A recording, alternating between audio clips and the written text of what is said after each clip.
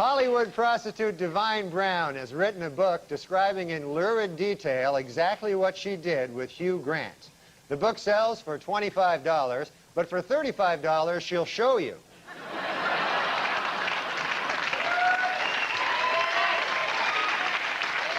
At the White House this week, President Clinton officially came out against same-sex marriages. What's more, the president said he is not too crazy about opposite-sex marriages either.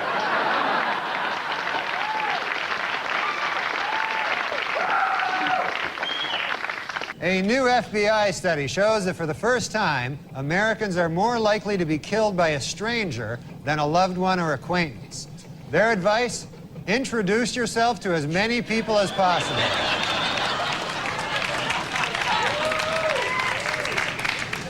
The American Academy of Pediatrics has released an updated list of unsafe baby products. Topping the list this year is the really, really, really, really high chair. Well, Dr. Jack Kevorkian was responsible for another death this week, this time a 58-year-old woman. She is the 26th of Kevorkian's patients to die since 1990. When are people going to realize he is not a good doctor? Do not go to this man. The richest girl in the world, billionaire Athena Onassis, celebrated her 10th birthday this week. What's it like to be the richest girl in the world? Well, to give you some idea, at the party, they had 2 cakes.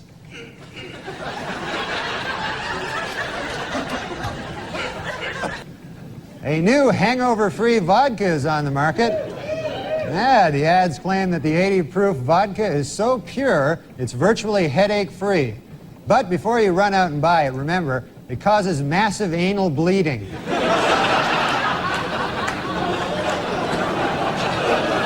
Julia Roberts told reporters this week that her marriage to Lyle Lovett has been over for some time. The key moment, she said, came when she realized that she was Julia Roberts and that she was married to Lyle Lovett.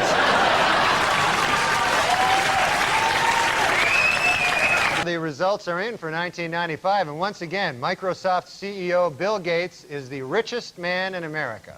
Gates says that he is grateful for his huge financial success, but it still makes him sad when he looks around and sees other people who have any money whatsoever.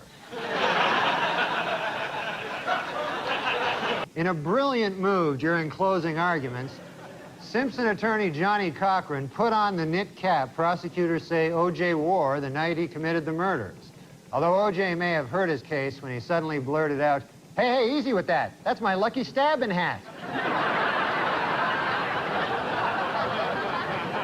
And in music news, #1 on the college charts this summer was Better Than Ezra. And at #2, Ezra.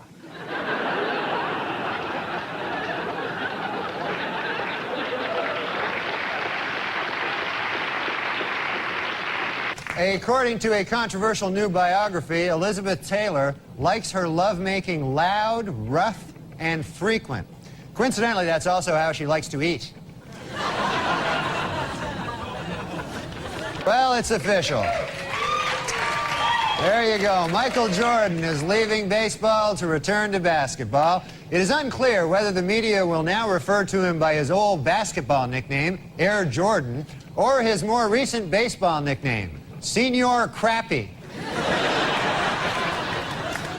In Walnut Creek, California, anyone who turns in his gun can get free therapy. And anyone who doesn't turn in his gun can get free anything.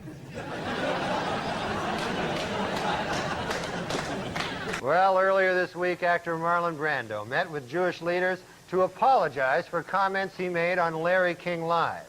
Among them that, quote, Hollywood is run by Jews. The Jewish leaders accepted the actor's apology and announced that Brando is now free to work again. At Virginia Commonwealth University, a professor is being sued following revelations that he spanked one of his students. It was the student's parents who first became suspicious when they asked, "What kind of marks are you getting?" And she replied, "Big red ones on my ass." So... Yippee! Jerry Rubin died last week. Oh, I'm sorry. That should read, Yippee Jerry Rubin died last week. Sorry about that.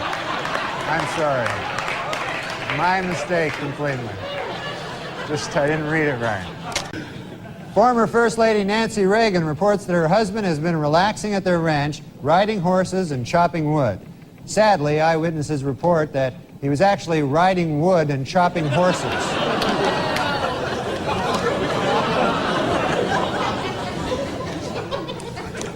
It was revealed this week that mass murderer Richard Speck, while serving a life term in prison, was videotaped with hormone-induced breasts, snorting cocaine, and having sex with a man. The film was apparently made with prison video equipment and a $300,000 grant from the National Endowment for the Arts. Dr. James Watts, a neurosurgeon who performed the first frontal lobotomy, died this week in Washington. If you recall, a lobotomy involves drilling holes in the skull and then inserting and rotating a knife to destroy brain cells. What a genius. He'll be missed.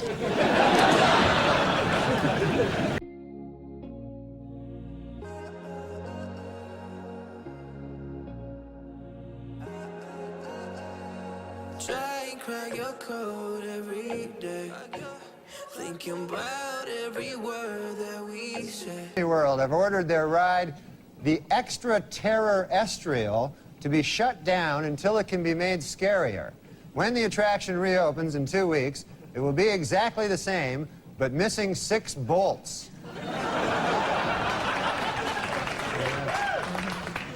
Last week, during his latest trial on charges of assisted suicide, Dr. Jack Kevorkian startled a Michigan courtroom when he stood up and shouted, "This is a lynching." Everyone turned to look, and sure enough, he just lynched some old guy.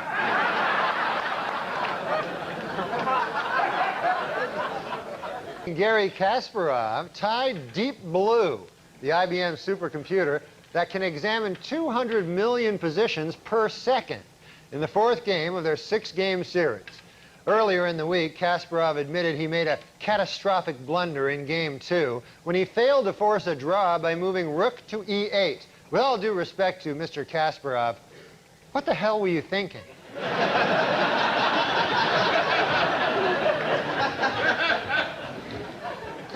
A Frenchman who calls himself the Snake Man was arrested this week after climbing up the side of a Manhattan high-rise. Yep, he climbed right up the side of a high-rise, just like a snake.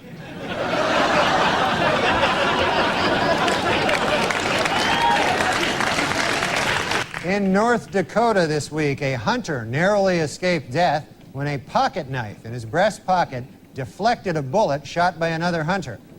Man, you know we have too many weapons in this country when people are getting shot in the knife.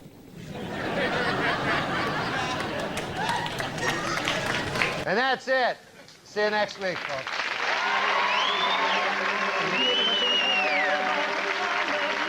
Hey, Norm MacDonald's on the phone. You know I love Norm. And, Norm? Yeah?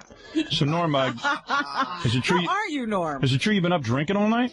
What? Who told you that? Gary. Oh, yeah, no, because I had to stay up.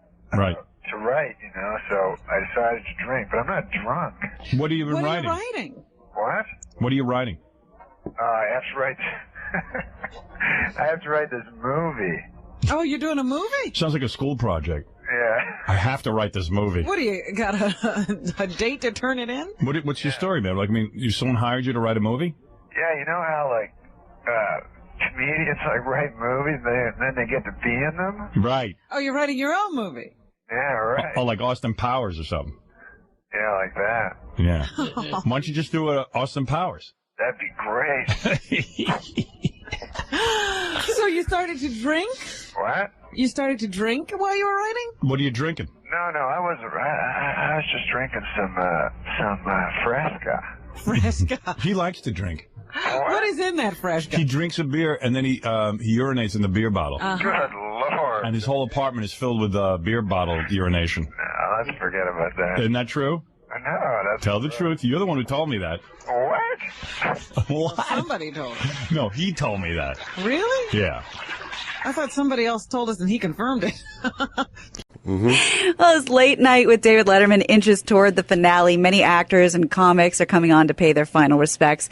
Norm MacDonald closed out Friday's show by doing 5 minutes of stand-up and then paying a heartfelt tribute to his idol, saying Letterman is the greatest talk show host who ever lived. I have a couple of clips for you. The first clip is Norm fighting through tears, telling one last joke in Dave's honor. I remember Dave differently because the first time I saw him, I was 13 years old. I was living in...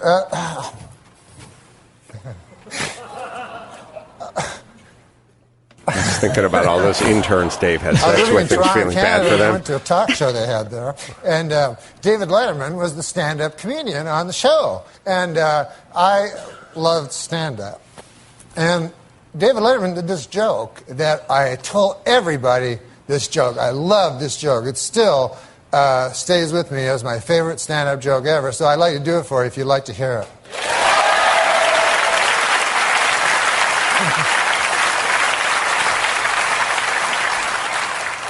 He goes, I was on the street the other day, and I saw a garbage truck, and on the back of the garbage truck, there was a small sign that said, "Please do not follow too closely." Another of life's simple pleasures ruined by a meddling bureaucracy, ladies and gentlemen.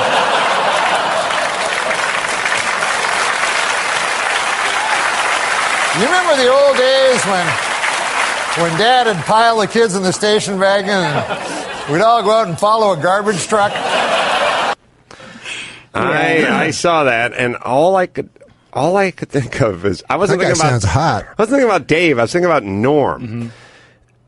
Norm is perfectly capable of like shaving and putting on a little Grecian formula and putting a tie and a suit on and going to New York and doing a really funny, kick-ass 5-minute stand-up comedy set. But then you talk to him about doing podcasts or projects or teaming up or whatever. It's like, Norm can't leave his apartment because if he gets up, he'll kick over a jug of urine and he'll lose his cleaning deposit. And he does not drive. He does not drive himself. Oh, no, he does not. By the way, move to L.A. and then make the proclamation, I don't drive. And it's like saying I can't be employed. Like, he should just fucking take ropes and put himself onto the bed like James Caan in Misery. Like he doesn't drive? No, he does not drive. Why? He has a helper person, female, whatever. So it's so insane. And then, people tweet me all the time like, hey, get Norm on, man. You guys are dynamite together. Everyone loves you and Norm together. And I'm like, it would be awesome if he was capable of getting inside of a Volvo and propelling himself in my direction. Where does he live? He lives somewhere on the west side, sort of beach city. Oh, he's in L.A.? Yeah, he's in L.A. Okay. All right. He does not drive. Well, that can be fixed. I agree. Are you taking his beautiful Dave Letterman moment and making it about the fact that you can't get him to do anything with you? That's exactly what's happening. Yeah. I just see the guy. I'm seeing it because he is so good when he wants to be good, and he's puts himself together, and it's perfect. And then you see him, and he's got like a gray beard, and he's walking around with Kleenex boxes on for slippers, and it's like, look, just fucking learn, get your driver's license, and come on out. Yeah, join the rest of us. It's in society. So, well, no, I feel like Norm's talent is being wasted in Norm's apartment instead of out with us. Which I believe now. See, I don't know anything about what Norm's doing. You catch him every now and then on a clip. You catch him. Maybe he calls in somewhere, and I've seen him there. He seems to tweet a lot now, though. Yes, he'll tweet. That's what you can do from your living room. He'll watch an entire round of golf, the Masters. He'll tweet every shot. He'll go on long rants. Well, he showed up at the SNL thing. Yeah, I know. I mean, that's the whole thing. He's capable. He cleans himself up, he shaves, he puts on a suit, and he goes out and does a really funny stand-up set. And you wouldn't even need him to clean himself up or a suit. I'm wearing pajamas right now with slippers. I'm wearing fucking practically pajamas myself. I know. I just, all I'm saying is he is one of the funniest guys on the planet. Oh, it would so be funny. nice if he could, somebody just backhand him and yell, get hold of yourself. and then give him a shot of vermouth or something, and go, let's go. We're going down to fucking DMV. Maybe that's we're getting you. a license. I think I told him. That guy sounds hot. It's either that or Gilbert Godfrey. I can't remember. But I told one of them, I will teach you how to drive. But you don't need to. If in his position, he can get someone to drive him places. Oh, there's Uber. I love Uber. Oh, you hate Uber? No, I love it. I just can't. It's impossible. The answer, yes, is you could get someone to do it. Has he never Maybe driven? he just has a social phobia that only goes away when he goes to New York for major television farewells and finales. Was there a driving-related trauma? I don't want to belabor this, but I'm fascinated. No, there are many people that they're allowed to just announce to the world that they're nuts, essentially. And then they can do whatever idiosyncratic behavior they like, and then everyone just sort of covers for them. They go, Gilbert Godfrey or Norm or whoever, everyone goes, oh, well, they don't drive. But no one ever goes, why the fuck not? I've been driving since I was 15 and a half. That's no like big deal. Bill Cosby doesn't have sex with women who are awake. That was his thing. That's his thing. He announced how it it. is. Maybe he That's the should have announced it. He should have. Yeah, we've been forgiving.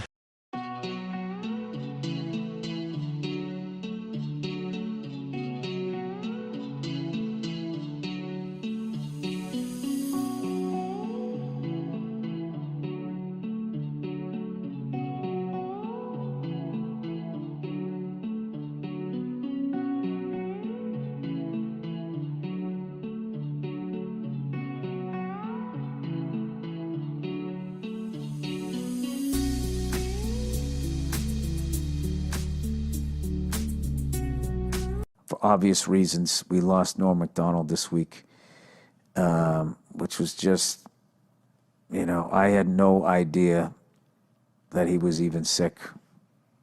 And he's a guy that I knew a little bit. I was definitely friendly with him. If we saw each other, we said hello and we shot the shit, but it wasn't like someone that I talked to on the phone or anything. And I was such a huge fan of his, and I would just always end up running into him. And he just always had that smile on his face. Like, as you talk to him, he would have that smile. Just a really great, warm guy. And I remember, I was trying to think what Norm's story to tell you. This one isn't necessarily funny. It was just sort of random. I went out to go see Bill Cosby in concert right before all the bullshit happened out in Pasadena. And he played this theater out there, which, interestingly enough, was where they had the 25th anniversary of Motown celebration, which is the first place Michael Jackson publicly did the moonwalk. I saw Bill Cosby at that theater. And I remember they had it all set up where, they almost built him like a little living room. He had like an Archie Bunker type chair, a little square rug, and then like a side table where he put his water. And he just came walking out, and there was the mic. There was no mic stand. It was just sitting on the chair. And he just came out. You know how he kind of walked a little bent over? Came walking out, waved to everybody, sat down, picked up the mic, and for like almost 2 hours, just, hour and a half, just killed. Just fucking killed. Had the crowd in the palm of his hand. Masterclass of stand-up, right? So I leave with my lovely wife, and I go out front, and who's standing there is Norm MacDonald. He was like, hey, Bill, hey, how you doing? And I talked. It was like, no, what's going on? I was so psyched that he knew my name and all of that stuff, and I think I had met him before. And then we just stood there talking about comedy and how amazing it was to see Bill Cosby and how good he still was. Like I said, this was before all the bullshit happened. And my admiration for the guys, it went even higher. That, I understood why I was there, but I thought Norm was so good that he didn't need to be there. And he was still there, still trying to learn and everything. And I was thinking like, wow, this is why this guy is so fucking amazing. And, he's just was somebody that you couldn't just watch one video of him. Like, I was saying to Verzi how, like, guys like Ric Flair, Norm MacDonald, there's a few people, if you click on their videos, it's like, say goodbye to the next 2 hours of your life, because everything that they did is so interesting and so different and so funny. And one of my favorite Norm MacDonald things that he ever did. You know, because so many people like pretend that they don't give a fuck. You know, both in my business and in other businesses. You got I don't give a fuck. Hey, you know me. I don't give a fuck. You know, those people that advertise them. Like, that guy clearly, in the best way, didn't give a fuck. He really cared about people and stuff, but like he did what he wanted to do. And when he was on SNL, how big a gig that was. Because there was so few channels, the internet hadn't blown up yet. And even with basic cable and everything, I mean, it was still, if you were on Saturday Night Live and you were doing Weekend Update, it was one of the most coveted gigs a comedian could have. And you were part of this lineage of, you know, at that point it was, you know, Chevy Chase, Jane Curtin, right on through to Dennis Miller's reign when he did it. And, you know, did Colin Quinn come after? I think Colin came after. But it was always just like the best of the best comics that they had doing it, and continued on with Tina Fey and all of them. And no one's walking away from that job. And if some suit at NBC tells you they don't like the jokes you're doing and be funnier, you know, you're shaking in your. I'd be like, oh fuck, you know, I'm going to lose this big gig. I don't want to get fired. I don't want to piss these people off or whatever. I guess he was doing all those OJ jokes, and somebody, I forget how the story went. There was somebody there that knew OJ or something, and was telling Norm to back off and move on to something else. So what does Norm do? He just doubles down and he just does even more OJ jokes, which is like, you know, the balls that took to do that. And he ended up losing the gig. He got fired. And people loved him and he was fucking hilarious, but he, you know, he didn't back down to the big fucking guy over there, and he ended up losing the gig. So, you know, as luck would have it, I think it was Dirty Work, came out like a year and a half later or so. So he has to promote it, and he's on the press thing. So Lauren has him back and has him host the show. And I remember he went out there, and his opening joke, he just comes out.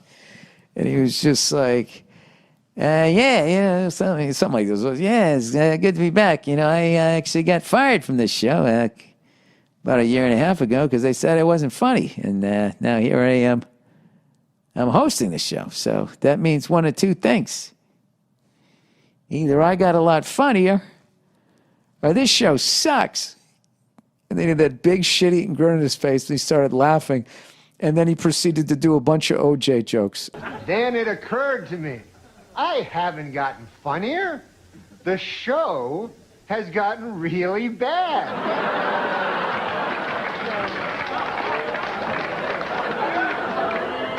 So, yeah, I'm funny compared to, you know, well, you'll see later. And it was just like that fucking thing about him. And the whole time, I just felt the whole time when people were fucking with him or whatever and trying to take what he had, he always just still had that smile on his face, and he just still did exactly what he wanted to do. And I got so much respect for him. And I feel so fortunate that I got to see him live. So I remember, oh my God, I saw him right after 9/11. The Aspen after 9/11. Aspen Comedy Festival was this big fucking festival that was always a nightmare to get in and out of. Every year it would snow and people would get stuck in Denver, or you get snowed in, you couldn't get out. It was a fucking nightmare. And then as a comedian, you had to perform. It was like a mile higher than fucking Denver. And no one could breathe, and you're performing in front of all these super fucking rich people in front of industry, and you just go up and you would eat your fucking balls, and you're like, why did I come out here? And I remember I saw Joe Rogan do a full set that I still remember, and then I saw Norm MacDonald. It was at the same theater, I remember Norm came out, and he was doing bits on racial profiling and all of this stuff. I'm not going to butcher the guy's bits, but I remember just watching that full set, and I was like, this guy is one of the greatest comedians I've ever seen in my life. And I thought that every time I saw him, and I don't know, it was a pleasure to know the guy, even on a little level. Just a massive, massive, massive loss to not have him around. And especially now with all of this stupid fucking cancel culture horseshit that is going on, which has way, way, way overstepped its bounds. As it always happens, no matter who's behind it, it always ends up, starting off with something that makes sense, and then that becomes the overreach, and then it just becomes like, hey, is it me, or did you literally become what the fuck you were trying to stop?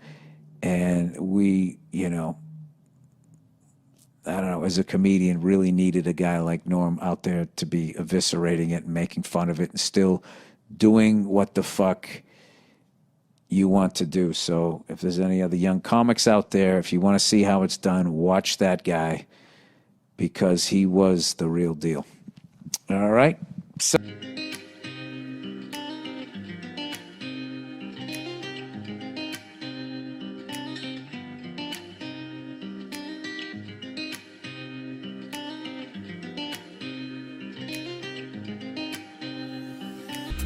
once again, rest in peace to the great Norm MacDonald. Just truly, without a doubt, one of the greatest stand-up comedians I ever saw in my life. And just such a great guy. And it's just so sad that he won't be around anymore. But I actually got off the plane in a better mood from just watching literally the beauty of who he was and his work. When I got off the plane, I was actually like, I don't know, there's something about him. I just thought he understood life. Just a really warm guy. God damn it. It's always those guys that go.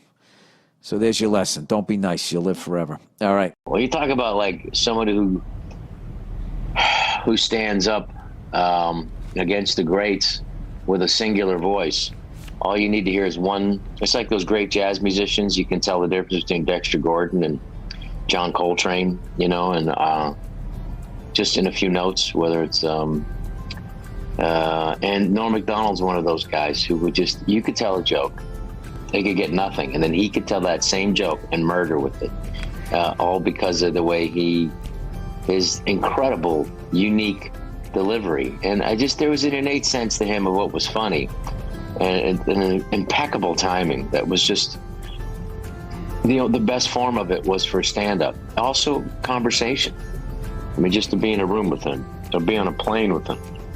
As a comedian, then do you learn from each other as far as that goes? Do you kind of like, okay, he told this joke this way, and do you kind of like that friendly competition, and who can tell the joke better? No, it's like tennis. It's definitely like tennis. I mean, you want to play with somebody better than you. And Norm was the funniest guy in the room.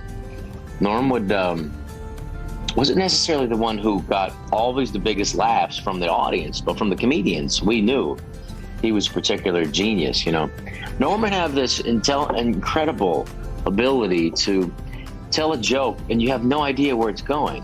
And then you get lost, and you think, oh, man, I know where this is going. But then the next thing you know, you forget. He was a master of turns and sleight. And last time I performed with him in 2016, I didn't know it was going to be the last time I performed with him. I just found that out in my old pictures. And he was like about ready to light a cigarette, and then he would tell a joke. And then and then it was just anything that could be funny, and all afternoon, as we do this, you've been playing on and off with a cigarette. Do you smoke? I quit smoking a year ago. Good for you. Thank you. You quit smoking? Yeah. And when you smoked at the Tomorrow Show... We puffed. We didn't smoke. We puffed. You probably caused many children to start smoking. So you hold a cigarette and you never light it? Yes, it helps me. I have an oral fixation, the doctors tell me. That never... I'm like Beretta. Like he did this thing about like this joke, which I just thought it's just genius. He said, "You ever find yourself in the middle of a lie, and you realize, wait a minute, there's no possible way that I could benefit from this lie. Why am I lying? Like, hey, you see the new Star Wars movie? Yeah." And that's the joke. I'm trying to become a better person. Try not to lie as much as I used to. You ever lie for no reason, Usually there's a purpose to your lies, but sometimes, just a big lie will spill out of your evil head there. You don't even know why, like, a guy will come up to you and go, "Hey, you ever see that movie with Meryl Streep and the horse?" Then you go, "Yes." Then in the back of your head, you go, "What the hell am I lying about over here? I stand to gain nothing by this lie. The hell am I thinking back here in my head?"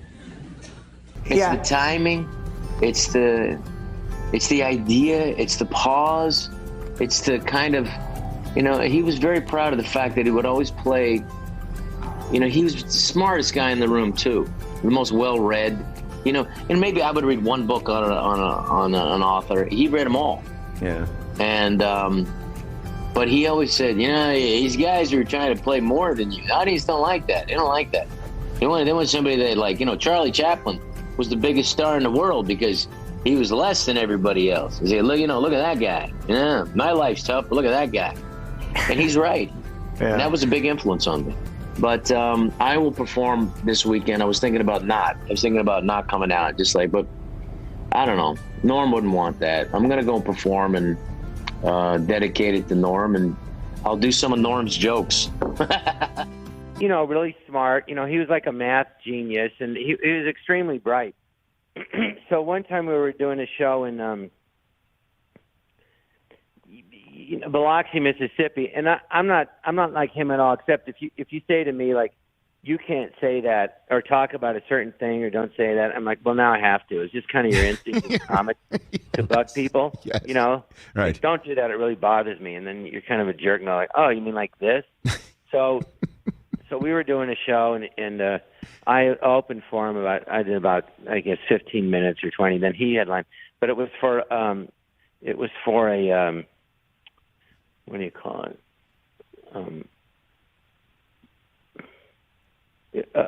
When they comp the audience, you know what I mean? For big gamblers, I forget the word. Yeah. So there wasn't people paying tickets, but anyway, they did it. We did it. So he's doing the show, and he's very funny, but he's dirty. So all of a sudden, someone yells out, "Well, we don't like that kind of talk." So there's about 400 people there, and he goes, "Well, how many of you don't like that kind of talk?"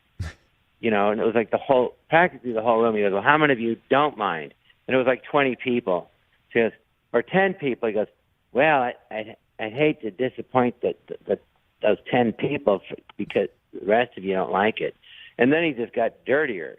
And I'm just like crying, laughing, because the audience wasn't even laughing, but he just, and that was a typical him. As you can see, he has wavy hair. It's waving goodbye on account he's going bald. I remember the joke was like, your face looks like cauliflower, like you look so ugly, your face looks like cauliflower. And then people would laugh, and Bob was laughing hysterically because, yeah, like a cauliflower. The audience wasn't laughing at all. No. Yeah. They put in laughs afterwards, but I was there on stage. No, but Bob has a beautiful face like a flower. Yeah, cauliflower.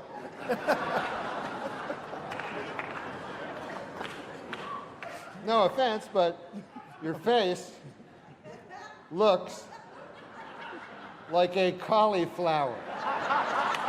I mean, I was there. I'm like dying laughing, Yeah, I was there for the ESPY Awards when he hosted.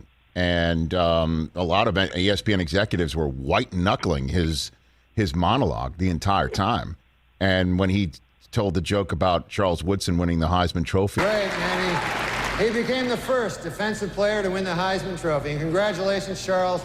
That is something that no one can ever take away from you. Unless you kill your wife and a waiter, in which case...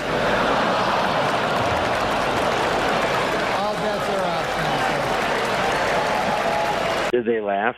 Well, there was a lot of, I think, sort of whoa and nervous laughter, and then cutting away to athletes who were just like shaking their heads like they didn't know what to do. They had no idea what to do with their faces, at that time. Right, it's like that. And he you take a big risk when you do that. I mean, he did that at the casino. We were banned I couldn't work there for 5 years. Really? Are you serious? Mm-hmm. He got banned from that casino in Biloxi, Mississippi? Well, and he was gambling, and he got caught counting cards. Oh, there's that, too. Well, I mean... So the combo...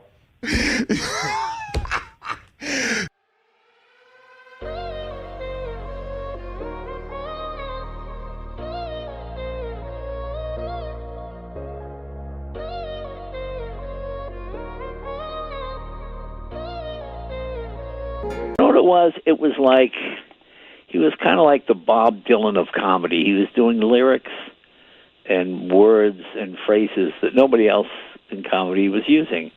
And it wasn't that he told jokes as much as just told stories in a funny way and had a just funny inflection. It was truly an original. I mean, that was, everybody else wrote jokes. He talked funny.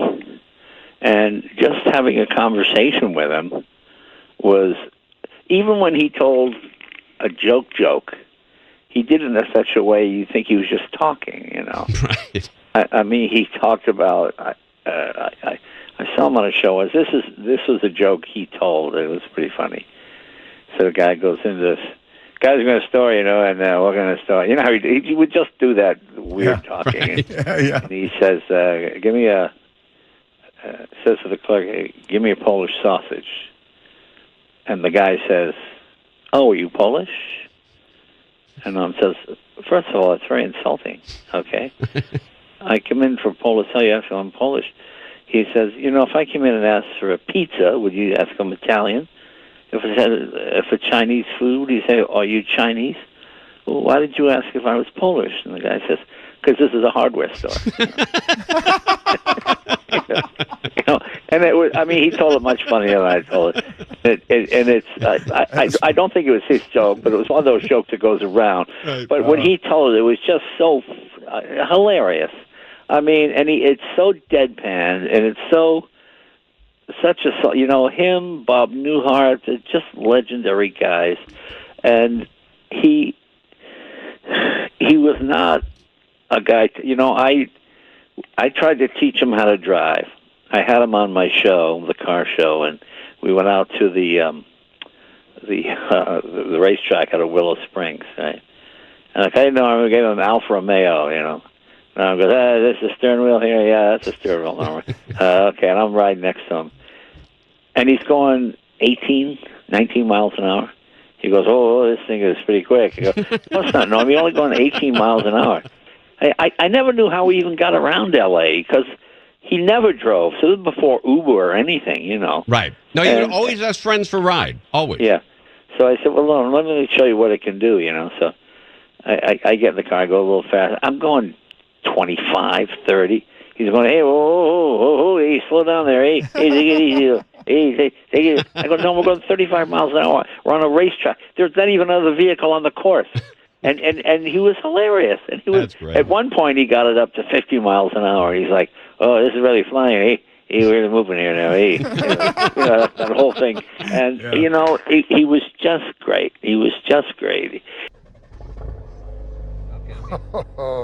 Still have your foot on the brake. Going to put it in drive. All right, let's proceed forward. By pressing the gas. Yes. Take your foot off the brake. Just lightly press the gas, right? There you go. There you go. There you are. And obviously turn the wheel right to go right. Yeah, okay. My God, I'm a good car driver. How do you get around L.A. without a driver's license? Uber? So Uber must be like a godsend for you, huh? Yeah. Oh, my Lord. Wait. That's not the... That's great. You know what happened there, Jay? You were going 24 miles an hour. Was that it? Yeah, you're going 24. I confused the brake with the gas momentarily. Oh, okay. Yeah, that's not a good thing, dude.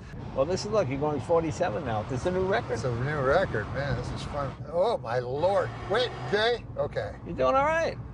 he was. If you didn't know he was Norm Macdonald, you think he was just some sort of odd character, you know. Right. But truly a character in the best sense of that word. He was a great impressionist. He did a great Burt Reynolds. Oh, that was. Oh yeah, right. I mean, right down where you thought, is that Burt Reynolds? Hey, check out the podium. Look at this. Mr. Reynolds has apparently changed his name to Turd Ferguson. Yeah, that's right. Turd Ferguson. It's a funny name. Great. He did a great Letterman. I'd never seen anybody do Letterman. And he did a great Letterman. It was really, really, I think even Letterman was like, whoa, you know. Hey, you got any gum?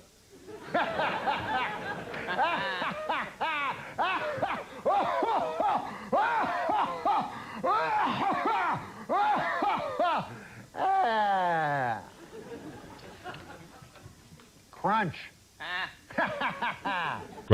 No, he was, yeah. He was a Yeah, I'd forgotten about that. He did Letterman, and they did a whole send up on of Letterman on that. You know, on the SNL. saddest part of it, he's one of those guys you just couldn't wait for him to become a cranky old man because he was a cranky young man, you know. Right. And Norm was one of those guys you just wanted to live forever, just because as a cranky young man it was funny. As a cranky old man it would be perfectly in character, you know. And he could really then get away with anything because he was an old guy, you know. Absolutely. Well, this is stupid, but on my phone, this guy, you'll laugh at this maybe. A lot of people get these pictures or tattoos, you know, like of me as Joe Dirt. You know, they send you, a lot of people get a lot of tattoos of stuff, like things you say or photos or whatever, or they send me ones of Farley or whatever. So this guy sends me one of, he's got Norm of all morons on his hand, Norm MacDonald. So I text Norm, I just send it to him. I go, hey, you have fans. And then I put in parentheses, fan. All we know is for sure this one guy. Uh-huh. And then of course, like days later, David, hello, it's me, Norm. How are you? Have you ever texted with Norm? It's No, I haven't, no. Times 1,000. He just goes, he waits days, and then at 3 a.m, hello? I go, Norm, what are you doing? Are you answering me from 4 days ago? Is that what you're doing? Dave, it's Norm. Do you like money? Yes, Norm, I like money. Why?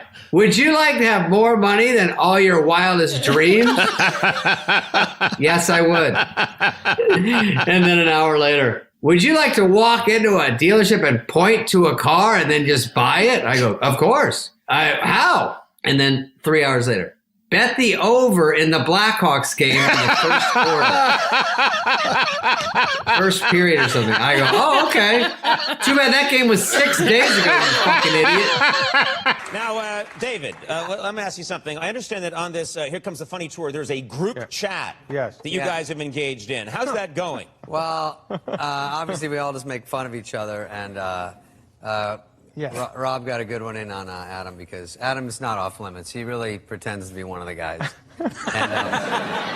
And he says, hey, I'm fair game. But Rob goes, hey, Adam, you know, when you do the show, you should tape it, and then you see where the jokes don't work, and then take those jokes out of your act and put better ones in. He goes, that's what I do! By the way, I just want to say about the private jet, sometimes Adam's nice enough to actually let us go up front where he sits. Which is that's cool. nice. David Spade and I have had a hell of a time. Well, he's been a good man to me, I'll tell you that. When we get home at night, we all get to this hotel, and then when we walk up, me and Norm are on the same floor, and then separate from Adam, and then we go up, and then Norm goes, hey, want to cruise in for a while? But I'm sort of the biggest puss in the tour. I always go to bed early. I go, nah, I'm going to crash and probably take a bath and just crash. He goes, you can take one here and we get some food. I'm like, no thanks, Cosby. I'm just going to sit. And he goes, yeah, come on in. He goes, we'll order food. We'll have some fun. We'll talk, play games. I go, I wish a chick would ever do this in my life. So I go, I'm just going to cruise. He goes, all right. And then the next day he goes, he's with everyone. He goes, last night, Spade, I order all this food for him, and he blows me off. The biggest star. It's amazing how, like, some of your friends, like, you know, seriously, like those guys who came out of Saturday Night Live, like Sandler, you, Chris Rock, There's a lot of guys who sort of all of a sudden are like real big Everyone's players. doing Norm, well, Norm yeah. got his own TV. Norm's doing well.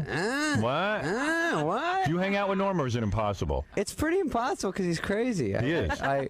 In L.A., I call him and he goes, I go, what happened last week? I called you to go on. You called me? And I go, yeah. On my phone? I go, yeah. And he goes, oh, yeah, I got that. I go, well, you didn't call me back? No. And he's serious. Yeah, he's crazy. And yeah, I know. Like, I have him on the I show. love him, though. He's the funniest guy around. I think you need to be kind of crazy to be really funny. He is very funny. I love him, too. And he has a gambling problem, you know.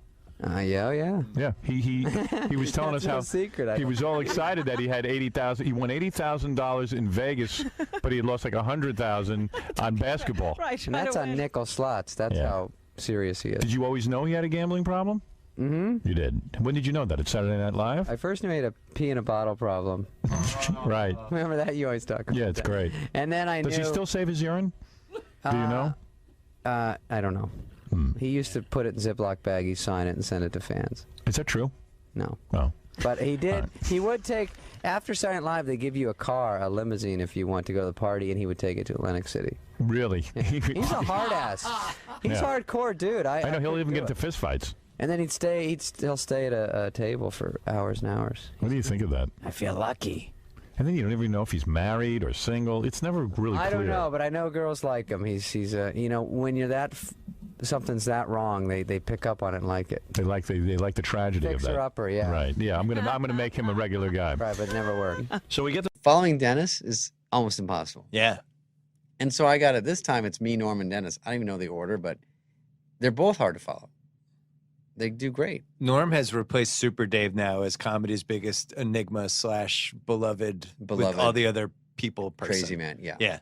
But he is always Everyone funny. has 9 Norm stories. Even I have Of like 3 course. Norm stories. Someone said you had some connection to Norm. Do you? He wrote for Grantland. Oh. We had mutual friends, and That was it. and he wanted to write a golf column about like golf gambling. I'm like, great. He did 4, and then we never heard from him Disappeared, again. yeah. Then saw him 2 years later. It was like, hey, I love doing that golf column. It's like he's like, what happened? And you're like, here's what happened. You cut off the world. Yeah, we emailed you repeatedly, and you didn't answer anything. But yeah, Sound it was familiar, it was Norm? classic. That sounds about right. If we were in a court, I'd go, I can vouch for that story. I know nothing about it. I believe your version. But with me, I go, Norm. He goes, David, you want to have dinner? Yeah. And then I go, yeah. Me and you eating dinner and then talking about fun old times? Sure. How about tomorrow night? Yes. And then no word, doesn't follow up. And then 4 weeks later at 3 a.m, hello? And then 3:01, David, answer me. I go, Norm, I can't play this anymore because it's funny, but it's... Letterman's love for Norm Macdonald is one of the most... I would watch a documentary about that, too. Yeah, He by the seems way, like he just appreciates and loves him the most, and I have no idea why. I busted Norm wide open because that last Letterman, Yeah. he went on. This is how he got so solidified in. Yeah. So we have the same manager, me and Norm. So I go, hey, Gervitz. He goes, did you see Norm on Letterman last night? I go, no. I saw some chick bawling. Why, was Norm on too? And he goes, I'm going to tell him. I go, please do. I go, Norm, were you crying on Letterman? He goes, no, I got teary because I go, that's crying. Go ahead. Yeah, that's tears are And crying. he goes, no, because I love Letterman. I go, I know, but relax. Right. I go, we all go on there. We all love Letterman. And then I go, oh, guess who's producing your show? The tears paid off. Letterman, will you do my show? Remember me? I was crying. I'm like, what a baby alive cries real Effective. tears. I know. It's funny. But it's a good thing to bust his balls. Actually, I have to say, one of my favorite things I've done, and I haven't seen, is me on Norm's show on Netflix. It was probably a year or two ago. Not a year ago. When he did his show. He had 10 episodes. I was the first one. Yeah. So I didn't know what I was doing. I didn't even know if I knew it was on Netflix. I didn't know. He said, David. Yeah. Our friendship's a total one-way street. Will you do me a favor? And then when you ask me for one, I'll disappear. I go, of course, Norm. So I go, all right. So I go on this thing. And I'm sort of just shitting on it. I didn't know we started. We're just talking. Yeah. You know, like we were talking when I came in. Right. And then he goes, all right, no, he didn't even say that. He goes, let's go to a commercial. And I go, oh, are we on? And we're going to a commercial? I go, no, we started. I had like a can of, LaCroix or something. I go, I can't have a can up here, can I? No one's even. I was talking to my assistant. I was just screwing off, waiting for because you just sit down. Norm was no really one says a going for word. something. And it was funny. And I liked it. And then people would say, I like the show because, first of all, some would go, I love that you guys are great friends. Someone would say, are you guys even friends? Because it was such an oddball, weirdo thing that, and I didn't even let myself watch it because I go, I just like the idea of remembering it and going, it was weird. And then I would bust his balls about something, and then he would drop me about something and get on my ass. And then it was over. And I gave him another hard out, but I gave him 90. And he goes, I hear you have to leave after. And I go, you have to fucking continue life, you asshole. Who wants to sit here for 90 minutes and talk stupid shit? Anyway, I have 10 minutes of stories, Norm. You want me here for 90. So 80 is going to be dead air. So. All right. So your show is 11:30 Monday, Tuesday, Wednesday, Thursday. Oh, I feel this is a wrap up. It is, right? Going over an hour. Did I go over an hour? Well, I could keep going, but I didn't. You complained earlier about when you're with somebody for 90 minutes. I know. I'll complain after. You can come back. Oh, this is Norm. Are you on his show right now? Norm. No, I'll tell him I did this and get him mad. I wrote 30 golf columns for him. No, it was really 4. Do you like tweets that get 1 like? Come to my site.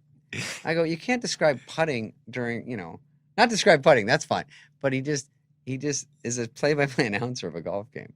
It's the weirdest use of Twitter anyone's ever done, where he's like, good putt by Tiger. I know. That's why you like him, though. Great wedge by Koepka. I go, ooh, go back 10. You got 3 likes on this one.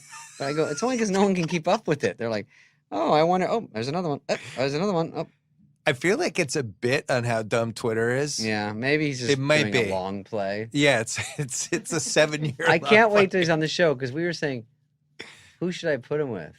And he goes, David, I love your show. He analyzes him. He's smart. Yeah.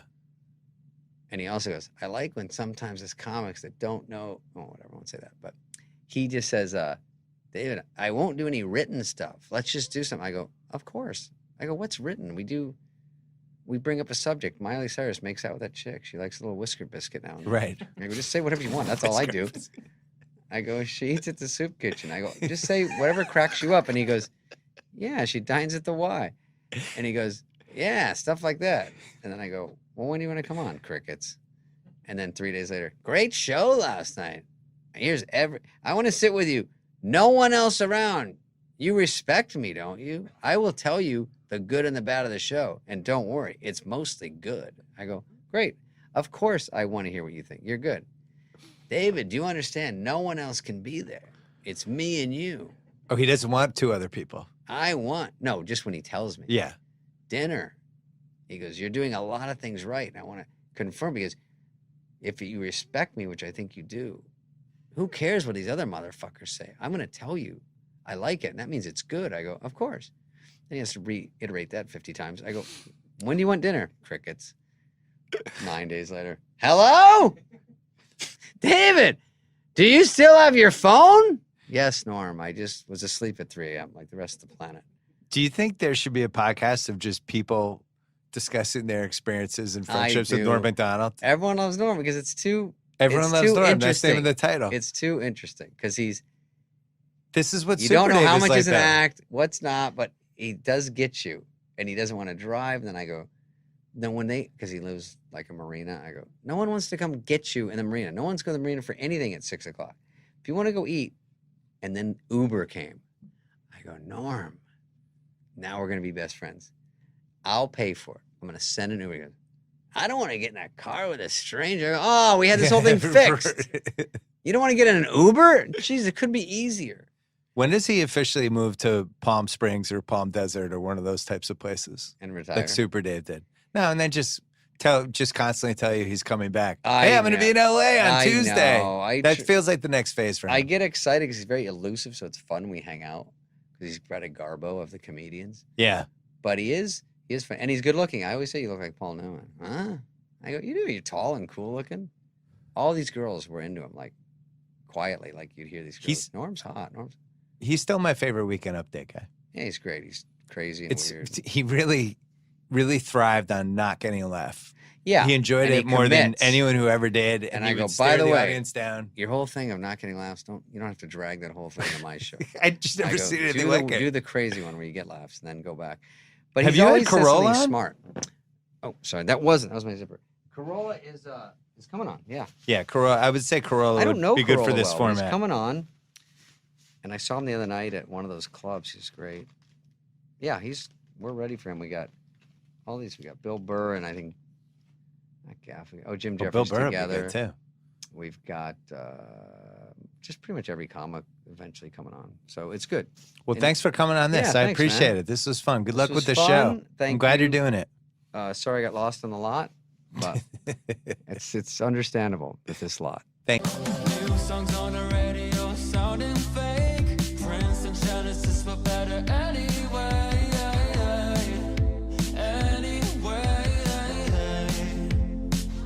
Am I just being too real? I've seen a guy kill that hard and bomb that hard, and it's a gift that people would pay that many. A gift to pay that much for a ticket and he could still walk up. Didn't matter what the price, they would leave. And when he killed hard. Very hard to follow. We did a tour. I'll show you a few pictures from the tour that our friend Julia Jones took. She sent me this weekend. I think they're great and they're very cool. Norm watching me on stage, I'm watching him, and I've never seen him. You know Norm? Sure, yeah, sure, one of my best friends. Hey, Norm! Fuck you! What are you talking about? Norm? What happened? Baited me on Twitter. He goes, I'm going to one day tell you the story of how Doug Stanhope changed my comedy career. Really? For good, I hope. Never. Never followed up. Like It's all like my Johnny Depp Twitter not calling you. followers for like a year now. And you have no idea what he was talking about. One day I'm going to tell this story. Right. He never told the fucking story. And do you know him? No, I love it. He is on Stern. Right. What Charles Grodin was on Letterman. Yeah, he's just really, anytime really good. he's on. He's so fast too, like hanging He's out. so good. He's the movie Dirty Work came out. Here was the review in my hometown paper of my performance in Dirty Work. Artie Lang has all the charm of a date rapist. That's what it said. Okay. Norm looks at that. My mother was upset. Gets on the phone with my mother and goes, "Hey, Mrs. Lang, that's fucking great. A date rapist has to have way more charm than a regular rapist." He thought of that in like 10 seconds. And then my mother burst into tears. Jessica Peluso. She's the hot? girl that's really hot. She's not one of the You go-to. fucked her? No. No. She's the one that you go, oh, I would fuck her, but I would be in her act so quickly. Right. And you don't want that. Because I stink at fucking. You don't want to get that review from a chick who's a comic. It would be 4 to 5 minutes of solid how bad I am in bed. Well, imagine it was like Roseanne. They're like, oh, guess who sucks at fucking? Well, what are you afraid they'd be too clever in the review? I swam not naked, but in underpants with Roseanne in Hawaii. We got shit faced at the best bar That's great. in Honolulu, Was she fat Arnold's then? Tiki Bar. She's never been Asked that for fat. Dawn as the bartender at Arnold's Tiki Bar. Me and Roseanne got fucked up. We walked to the beach. Right. We just shredded down to our underwear. Did you make a move? No, Yeah, of but course I'm not. fucking in love with that woman. She's a great. She's is cool as hell. So fucking I've funny. met her before. She's cool as hell. Yes. And her and Norm MacDonald were friends because he wrote on her show. And Norm was like, Norm goes, "Hey, what are you going on?" And she's like, "Eh." And after 10 minutes, I was listening to them talk. And after like about 10 minutes, it became this noise. Just a solid bar. I can hear it. But Roseanne is so funny. She's like naturally funny. You know. All your shows anytime, anyway. How do you do it, for Christ's sake? Where the hell is it? The whole week? Just go to huluplus.com/norm. What? I'm trying to speed up through this. Right now, sign up for huluplus.com. Norm MacDonald's podcast copy? /norm. /norm? You don't get any money from Norm. This isn't supposed to be. It's supposed to be /bill. /bill. They said Norm. Well, you know what? I like Norm MacDonald. Let's give him right. let's give him the money for the week. I didn't even know he had a podcast. Oh yeah, dude, Norm MacDonald. Did you see him on Conan telling that moth joke? No. Yeah, you got to see it. No, I haven't. Dude, you know how many comics out there don't give a fuck, but kind of still do. You have to kind of still do to eat. That guy Norm truly doesn't. He's so fucking truly funny. Norm, listening to Norm on Stern or anything, any podcast, listening to. I don't know if you remember when Charles Grodin would do Letterman, and just knowing he's going on there, that it was always a fucking great show. Oh yeah, that's and what people didn't get that he was fucking around. Yeah, that's amazing. how Norm is. Anytime if Norm's the guest, I'm fucking listening. One of my best opening monologue jokes ever. Did you ever see? Remember that whole thing when he was doing Weekend Update and they told him to make it funnier. So he didn't. He just was more Norm the next week. So eventually, of course, he gets fired. So then, he goes off into the Hollywood world. He's got a TV show or a hit movie or some shit. So now they bring him back to guest host on SNL. And I'm going to butcher this, but he kind of came out. He's like, yeah, so, people know I got fired from this show. So now they got me back hosting, which means either I got a lot funnier or this show sucks. That's what he opened up with. And I know that wasn't approved. Sorry for the bad Norm. I'll have Jay Moore on to make up for it. That was a great Norm. Then it occurred to me, I haven't gotten funnier. The show has gotten really bad.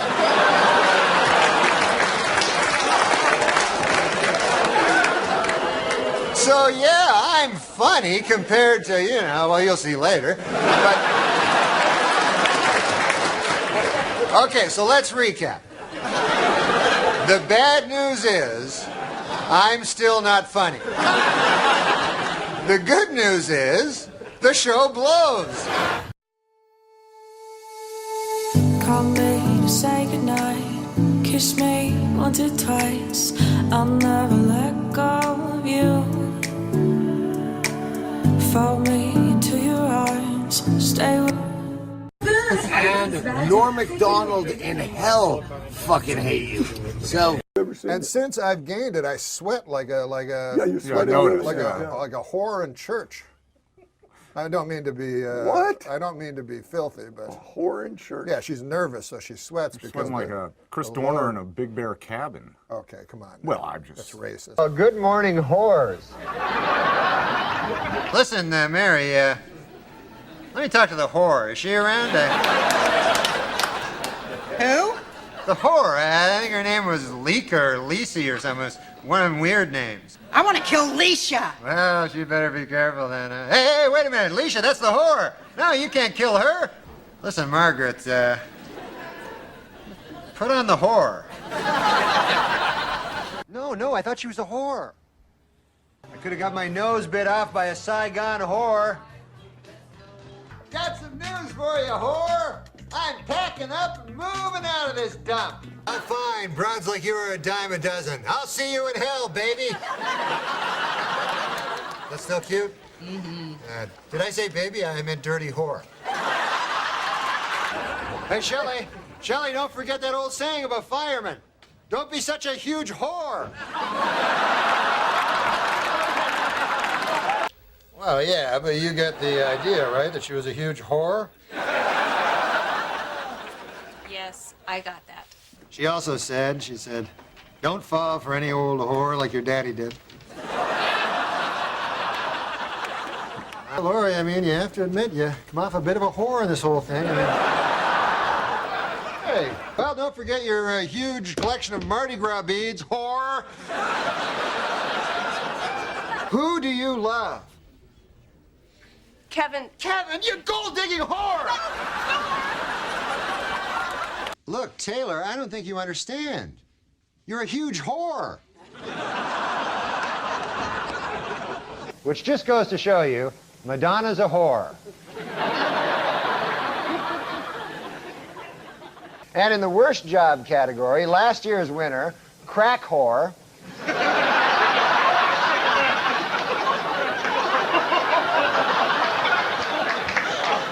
has lost its spot.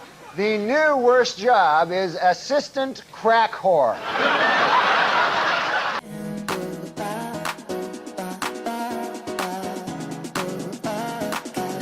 to our senses.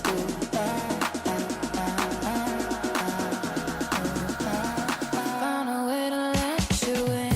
We share. There's only one occupation where the person does not keep his job when he Wins the lottery. wins the lottery. You know what that occupation is? No. Crack whore. That was amazing. You pulled it out. I was worried about you for a minute. I thought you were in deep trouble. I thought you might get backed into a corner, have a lot more pressure on you, and then not have anything. I know. But the pitch came in low and towards the middle, and you put it out of the park. No, I didn't. What are you talking about? When people hear crack whore, they just start laughing. That's just the reaction people have. It's got birds fly in and sing a song. Crack whore. This is what you never hear. He made love to me in the ass.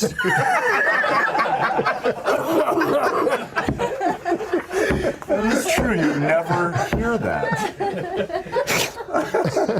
God. We're building to the end of the show. You got to top that one, though.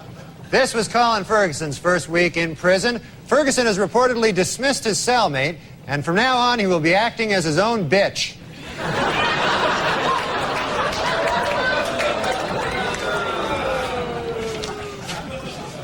In Carlsbad, Texas, a tanker truck crashed into a prison bus, injuring 16 inmates.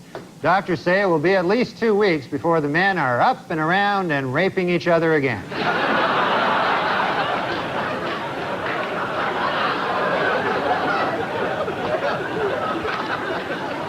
At the Davis County Jail in Utah, a judge has ordered that 17-year-old Wes Howard be placed in the general prison population after he complained of being unfairly segregated from the adult inmates.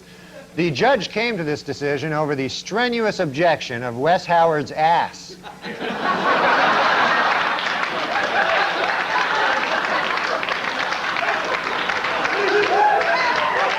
Across the nation this Monday, banks and government offices will be closed in observance of Martin Luther King's birthday.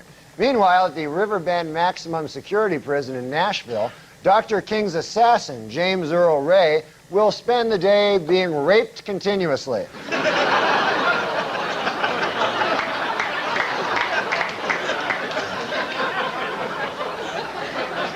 He's a bad guy, by the way, James Earl Ray, if you don't know that. Last week, a jailbreak at the Adams County Prison in Pennsylvania ended with 4 inmates escaping in their underwear.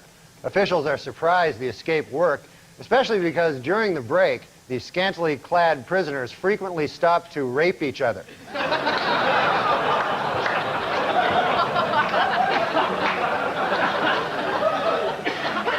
It was revealed this week that mass murderer Richard Speck, while serving a life term in prison, was videotaped with hormone-induced breasts, snorting cocaine, and having sex with a man. The film was apparently made with prison video equipment and a $300,000 grant from the National Endowment for the Arts.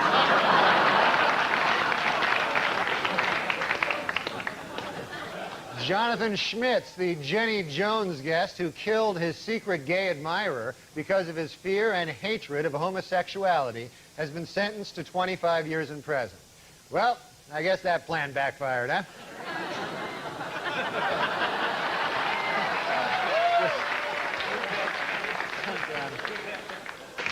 This week, the California Department of Corrections confirmed that Lyle Menendez and model Anna Erickson were married in prison. Following the ceremony, Menendez spent a romantic wedding night being raped by 2 white guys and a big black guy. In South Dakota, inmates at the state penitentiary say that a new policy which allows officials to read their mail is an example of the routine violations of individual rights in prison. A better example would be the daily anal rapes, but I guess they want to start off small and then work up to the daily anal rapes. You know, they'll start off with the reading their mail, you know. And in Oklahoma, prison officials are considering an interactive video system for parole board hearings, which would eliminate the need for inmates to travel to hearings from prison. Inmates say they will go along with the video idea, but they will not rule out raping the camera guy. In New Zealand, a convicted swindler who weighs 670 pounds has been sentenced to house arrest because he is too big for prison. According to prison officials, it took 4 inmates just to rape him.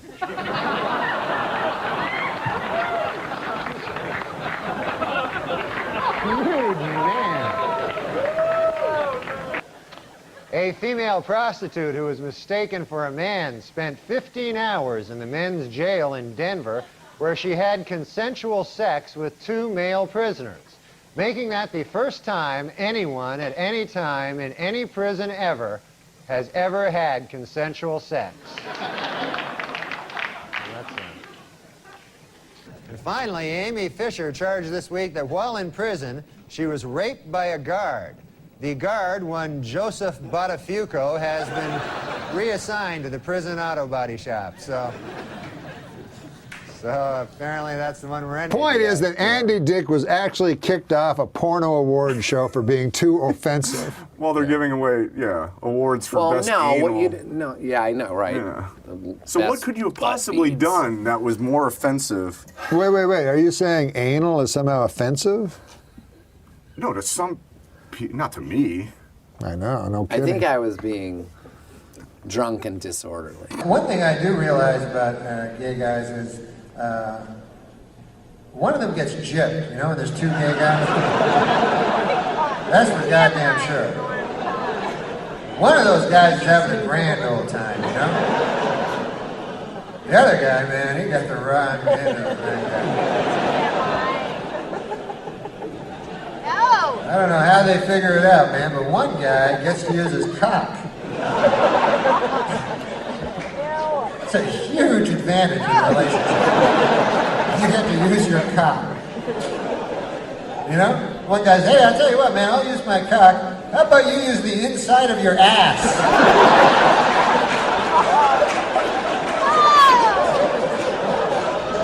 The guy's like, I'm not sure that's fair, man. Are you sure this will be as fun for each of us here?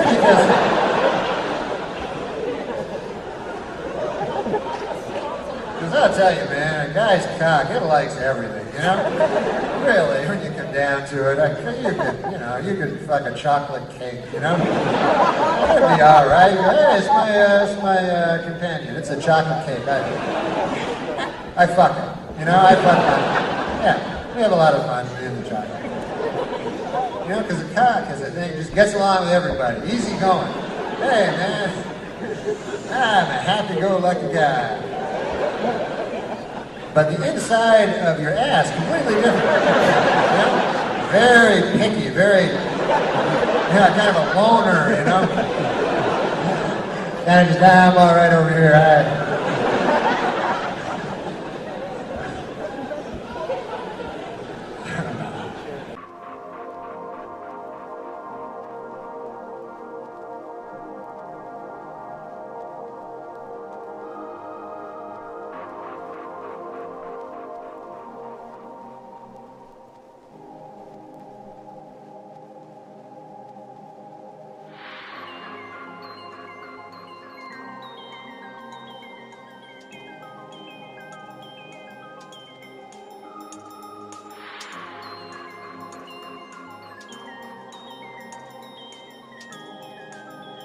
The iron horse of broadcasting. It's iron.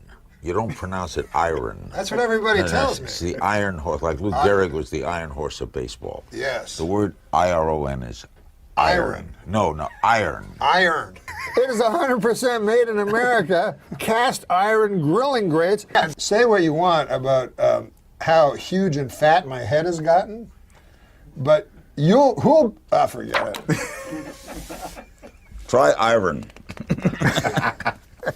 I loved Liberace, but with all due respect, man, if you kicked that guy in the ass, 100 cocks would fall out. Now, this is not what I do on Hulu. No, you wouldn't do that. No. Because I have respect for Carlos Slim. How much money does he have? I don't know. It's mostly tied up in iron. Now, why doesn't our cock work? Why doesn't that cock work? That No, clock it's- works. my cock works just fine. Your Clock over here. mind is going somewhere, Norm. No, I thought that's what you said. I was trying to. What? No, iron horse. What do you say?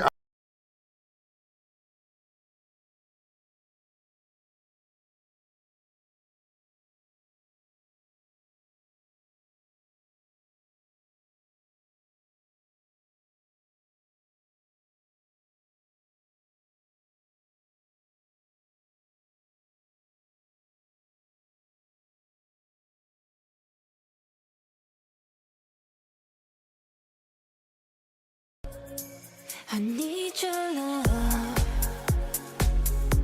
You free my mind. I need your love. Yeah, you free my mind.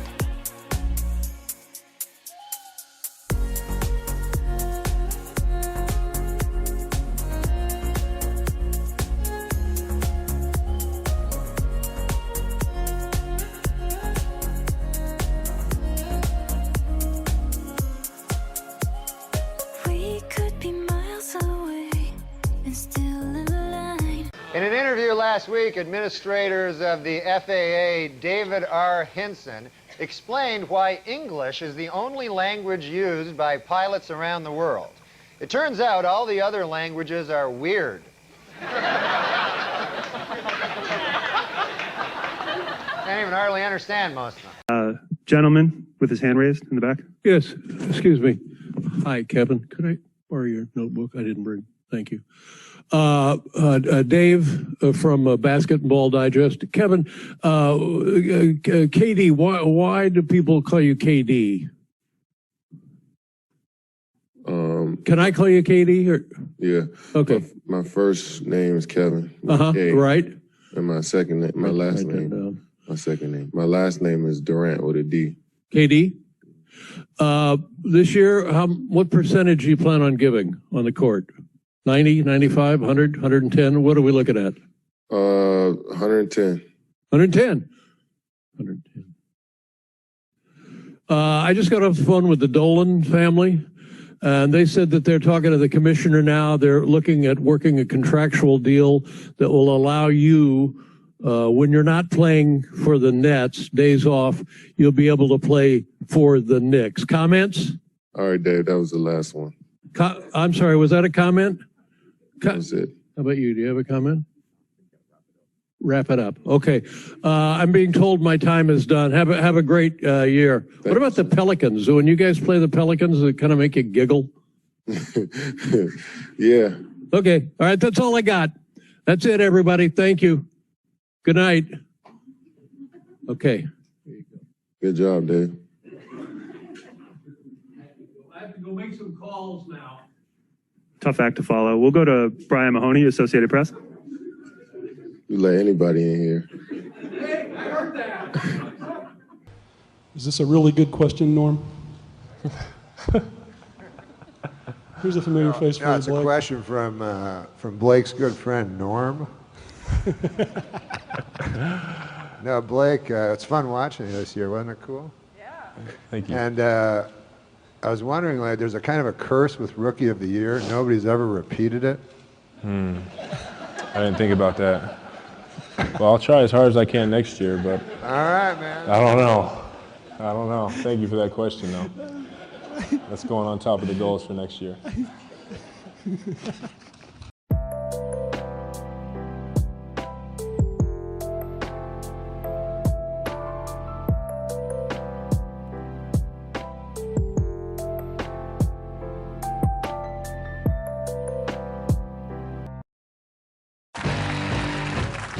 Well, in order to understand the world of sports, I decided to see what it would be like to be a professional athlete. So I hired the best makeup artist in town to help me go undercover as an NBA player. Take a look.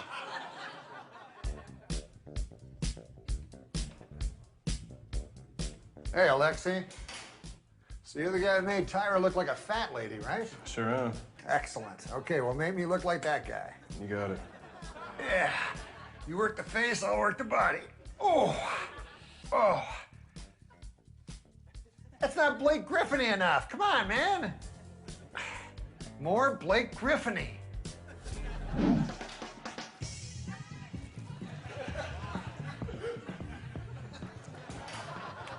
Now I'm going to find out what it's like to be Blake Griffin. First, I'm going to fool his teammates. Stupid door. I'm Blake Griffin, and you are? Your good friend and teammate, DeAndre Jordan. Oh, my good friend DeAndre Jordan, of course. So what time's rehearsal? You mean practice, right? Yeah, practice. What's up with your voice? What's up with your voice? Ah! I'm open, I'm open!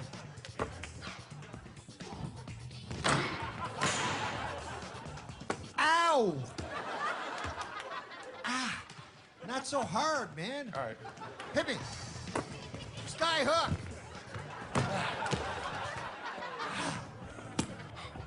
Are you all right? Blake, we haven't started. I gotta quit smoking. Smoking?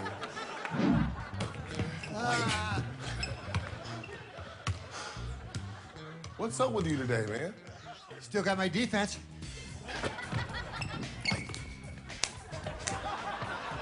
Blake, that's a foul. You can't slap me. Says who? Blake.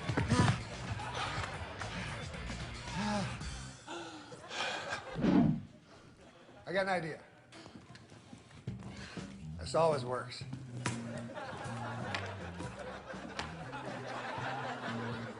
Just jump up there and get it. No. Yeah. Whew.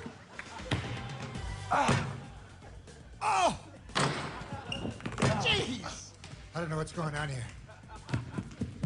My heart is beating so fast. Are you all right? I think I pulled part of my leg that's underneath the top part. Sweet Cordy Howe. Oh, hold on. Give me 1 second. Sorry I'm late. Somebody burned my house down. Oh no. I gotta start working out.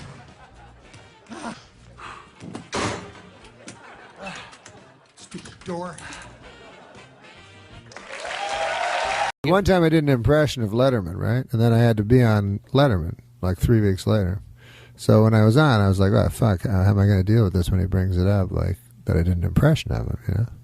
And then these fucking guys that are so close to Letterman, they're like, well, he never saw it. He's not going to fucking talk about it. That's not fucking Dave. There's no way Dave's going to bring it up. Dave just doesn't fucking do that. He hasn't seen it. And I go, well, he phoned me, you know, and shit. And he's like, yeah, but we know Dave, you know. So I go, stupidly, I don't prepare anything. So then right at the end of the interview, he goes, so let's hear it. You know, I'm like, oh, fuck, shit. These motherfuckers didn't know Dave at all. Why would I think they would know Dave? Yeah. Right. Like, why wouldn't I just fucking have something prepared? So I have to do the impression, like fucking just searching my brain for the right thing to say, you know what I mean? Yeah, they have not prepared. I could have did it right. They imagine what he would do as opposed to really know what he would do. They think, oh, well, he would. But I should have gone with my own fucking idea because I would go, what else would he do? Well, I tell you that all the time. You don't listen to me. What the? Do you feel like you know Dave now? I mean, he loves you, right? I don't know him at all. I've never met him. He's invited me to dinners, but I never went. How come? Scared. Yeah, I get that. We were talking about it earlier. I got invited by Carson for a private lunch with Carson. Tell me you didn't go? Didn't go. Because you know I used to do like a pressure of Larry King doing news and views from, he used to do news and views, those little bulletin points in USA Today where you go like, if you see one movie, make it Mickey Blue Eyes, you know? So I did it like on SNL, you know, we did it with like, I just do crazy one-liners like, you know, yellow is a great color, but for my money, it's always going to be blue or whatever. Just retarded stuff. But anyways, it turned out Carson when Carson would get USA Today and he'd go right to Larry King. This was before I did the impression, and he'd just phone his buddies up and he'd go, "Hey, listen to this retarded one." He said, like, for my money, Ted Williams was A1, and he'd say it to his friends, Carson, which was funny, like phoning, and it's so funny that he would do that, So anyways, then he wanted to have lunch with me, so I didn't, like a retard. What do you do? How do you make up an excuse that doesn't make them feel like you're blowing them off? Well, he knows I'm not blowing off Johnny Carson. It's not like Johnny Carson. No, they might think that. me. Like, if I was that big and I invited someone to lunch and they didn't go, I have to admit, here's what I would think. I'd think, oh, really? Like, yeah, like I'm David Letterman. I'm that big, but my name's Todd Glass. I know this seems cocky, maybe, but I think hold on. I don't think. So if I invited someone to my house, they was on the show, a young comedian. I invite him to the house. I'm really trying to think, and then I'm that big. I have to keep thinking I'm that big, and then they don't show. I might sarcastically, some other friends will go, really, Bing Bang doesn't, Bing Bang doesn't show up. What's he doing? I didn't not show up. I didn't have like a. It seems like I'm making. I didn't have a lunch date. No. I get it. Like, I think if Johnny called him personally and said, "You want to go to?" You'd go. Of course. But yeah. Uh, I think it was like in passing. Hey, Norm. No, I got my management phone. He said Johnny Carson wants to have lunch with you, and I thought I was all thrilled. And then I was like, "Holy fuck! What am I going to like? I'll be all alone with them talking, and I won't have any stories. I can't go like." Anyways, one time, Chris Kattan. He doesn't see the cue card. I have no stories at all to tell Johnny Carson, So I go, fuck, this is going to be hard, like 2 hours just with Johnny Carson, like trying to interview him properly or whatever. And then I thought if I brought a buddy, it would be fun, but he can't, I can't just bring a buddy. If I could share it with somebody, but otherwise it would be very hard work. And by the way, but I regret not going. I should have gone. But also, as you're sitting there, I'm thinking my purpose of saying that wasn't like it wasn't.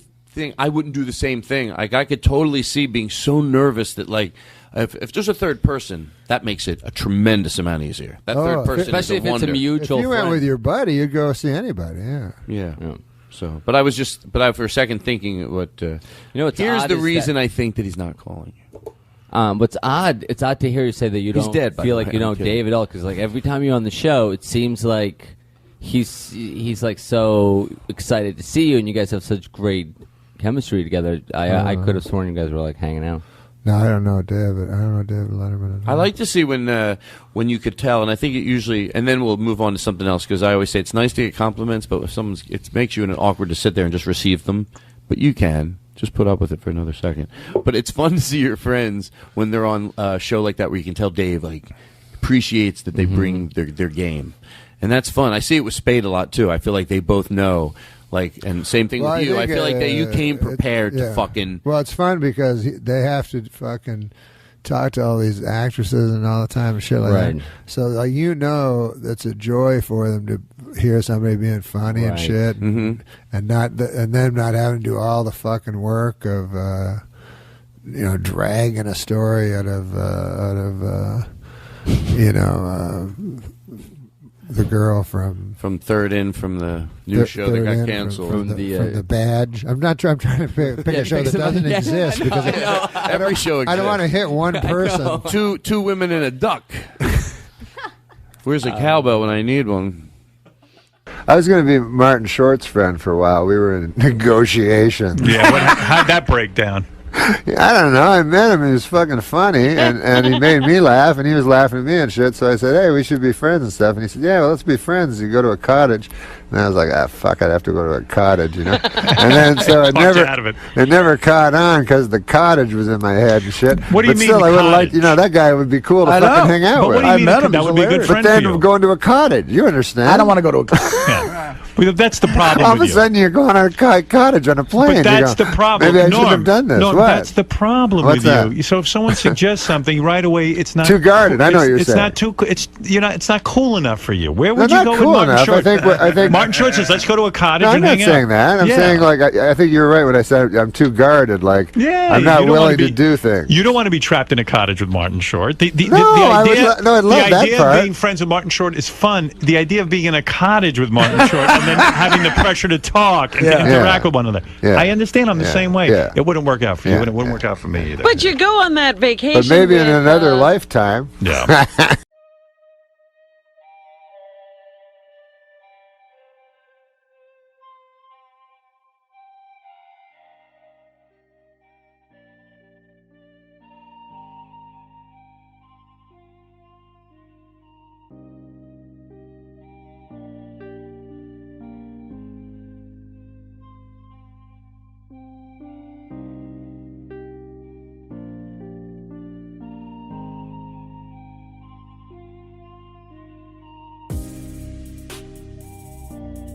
I went to Vegas a couple weeks ago, and a funny thing happened. Hey, Andy. Hi.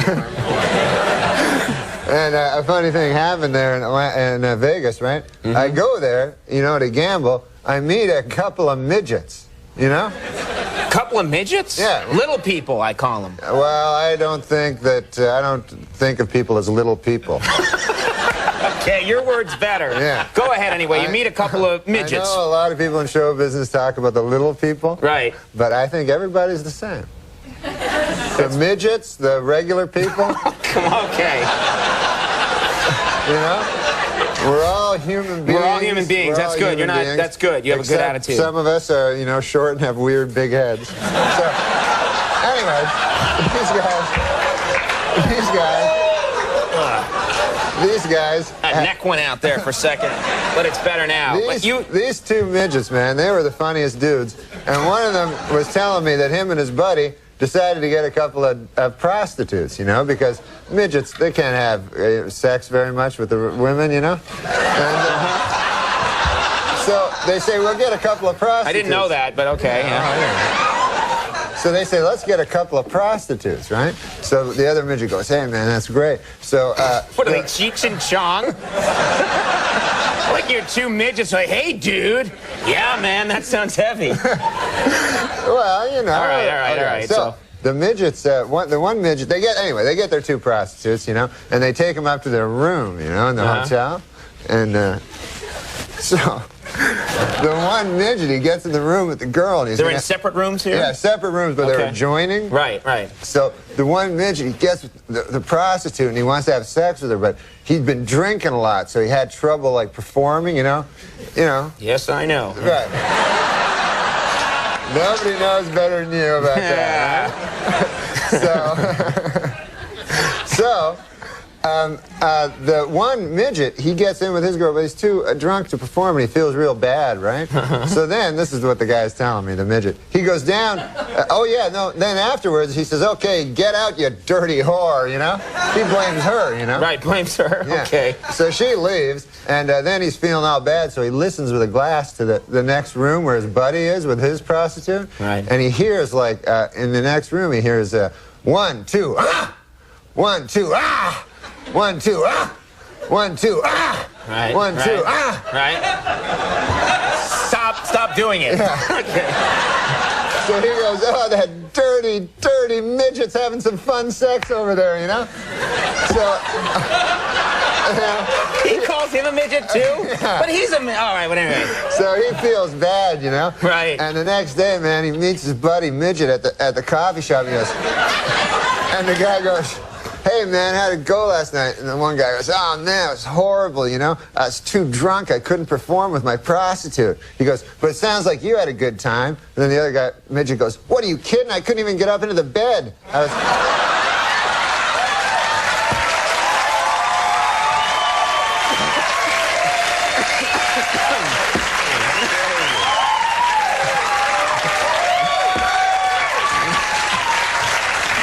It's really lucky that you ran into those guys, because it's such a good story. I know. Well, it's a happy ending. They did very good at Baccarat, and they went home. They were happy. I'm used to say goodbye, nothing new to me. Baby, I'm trying to survive, and I know that you believe in a world with happy endings. So tired of pretending. You're writing a book. Yes. How to be a model. Yes. The Complete Idiot's Guide to Getting into Modeling. So, rule number 1, be incredibly beautiful. I mean, what are the things that you can do? I know rule number 2. Yeah. Don't be a midget. Okay. All right.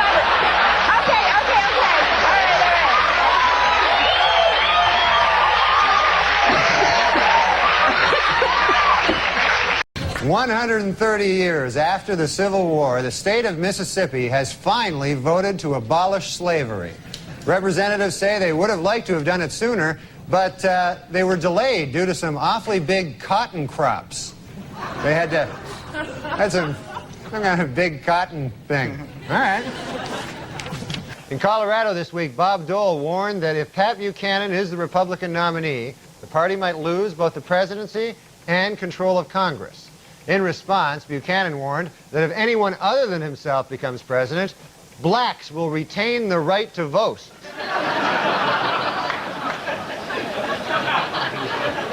Last night, the epic disaster film Twister opened to big box office and some controversy.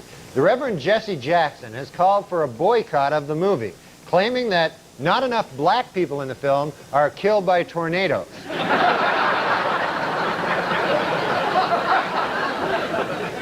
Meanwhile, Furman, who was expected to face disciplinary action by the LAPD, may get off lightly. Under the terms of a controversial plea bargain, the charges against him have been reduced to, quote, 1 count of using the word darky. In the wake of the verdict, angry Menendez defense attorney Leslie Abramson said the jury simply chose not to believe the brothers' excuse that they had been sexually abused by their father, and says she knows why. Quote, it's because my clients are black.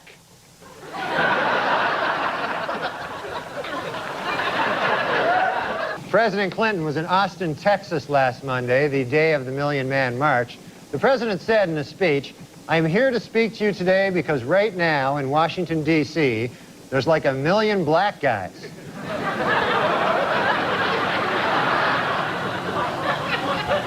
In Nashua, New Hampshire this week, a high school student, Chris Connolly, while attempting to dunk a basketball, lost his balance, crashed down on the rim, and shattered 2 front teeth. Gee, I wonder if by some crazy chance Chris is white.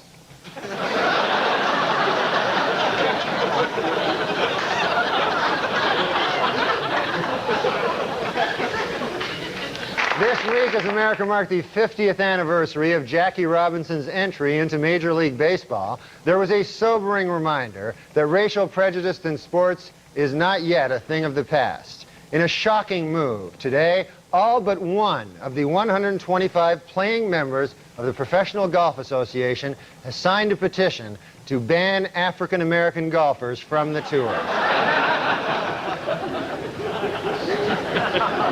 And now a correction to a story we ran last week. Prince Charles is actually the one in the middle. So we apologize for that. I don't know why black was black. Black is great. Black is great. Black is fantastic. Right? Yeah, I mean, black is fantastic. Even though, you know, they're not black anymore. But then again, we're not white, right? Right. We're pink like his fucking asshole. Seen it. We're all the colors of Bobby's asshole deep down. It's beautiful. It's beautiful. Roseanne hired me as a stand. You know, I was doing stand-up, and Roseanne said, "Would you like to be on the show and act? You know, you can be Lori's boyfriend." I said, "I can't act." I should have said I could act. Yeah. So anyway, she said, "Well, why don't you be a writer?" But one time in the writing room, she would give jobs to crazy guys sometimes, and she gave a job to African American. I don't know what you call them. I call them African Americans. That's those 2 words that are never heard in the state of Texas, you know. That's a joke, son. Told. And we're saying African American, and when you say that, it feels uncomfortable, right? To your tongue. No. What are you supposed to say? Well, no, just tell me what you're supposed to say. I definitely would not say the A word. Right. That's what I call it. Yeah. The A-A word. Yeah, African American. Can you do an African American accent? Try, yeah. Okay. We'll give you an African American. Your mom is so fat she developed type 2 diabetes and congestive heart failure. Snap! Hey, George, my mother is so fat when she came to Vegas they had to build another hotel. Guy goes, you got the do-rag? He goes, you know, I fucking my woman, you know, and I don't want to answer the phone. Oh, shit, it could be a job, and you know. And then, you know, after you take the do-rag, you wipe off your dick with the do-rag. And I'm like, no, I don't do that. But everyone in the audience is like, yeah, we all do that. We all wipe our dicks off. You know the Harlem Shake? Yeah, I've seen it on every single commercial. You've seen it. Then you'll appreciate this joke. I remember back when the Harlem Shake was just a black fella holding me upside down off a fire escape trying to collect his money. Orange is the new black, but not in my apartment building. Kevin is the new black. But presidential fact. Barack Obama is the first president to ever say the N-word as a term of endearment. Yeah, that's not how George Washington used it. No, I don't think it was a term of endearment. No, Today is the 11th birthday of President Obama's youngest daughter, Sasha, or as I like to call her, the uppity one. Oh, goodness gracious. Yeah. Jesus I'm a regular Mozart. Michelle Obama has booked a cameo on the ABC show Nashville. Start again. Start again. All right. Kids today, I mean, You can't spell ABC. Wow. Michelle Obama has booked a cameo on the ABC show Nashville. With this and her appearance on iCarly, I think Michelle is ready to start appearing in films. May I suggest my favorite film series, Black Ass Fuckers? I found the secret to life is there is no problem that a huge... No, I found the secret to life, Bob, and this is it. There is no problem big enough that a huge... that a huge what? No, I found the secret. I found out the secret to life. Yes, oh great one. Yes, and it is this: there is no problem big enough that a huge black cock cannot fix. Dr. Dre announced that he's the first hip-hop billionaire, a regular J. Paul Ghetto. Two businessmen bought the Milwaukee Bucks for $550 million. They are very excited with their purchase, as this is the only legal way to own black people. Now that is here, and I read that. Well, you're not there. You know how businessmen are racist? They are. Yes, it's them being racist. They not are. You. The two businessmen that bought the Milwaukee Bucks for $550 million Yeah. are racist, according oh, no, to they're this. fine, man. Well, here's actually a joke about Donald Sterling. Oh, good. All the charities that Donald Sterling donated millions of dollars to are giving the money back to him. Well, that'll show him. It's not bad. Never trust a black guy wearing a Dirk Nowitzki jersey. In Game 1 of the Western Conference Finals between the Mavericks and the Thunder, Magic Johnson said that Dirk Nowitzki is playing like he has 3 legs, which is a nice way of saying he's playing like a black guy.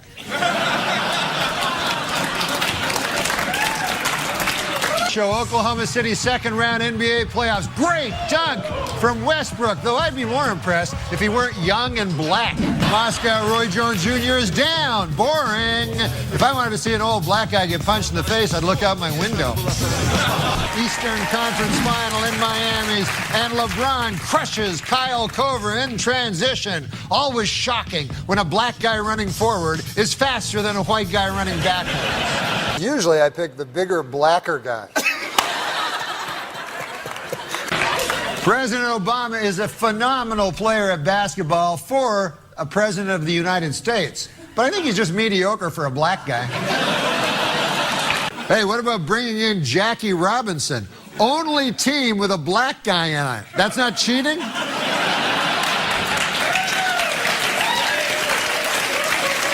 Where I grew up, that's cheating.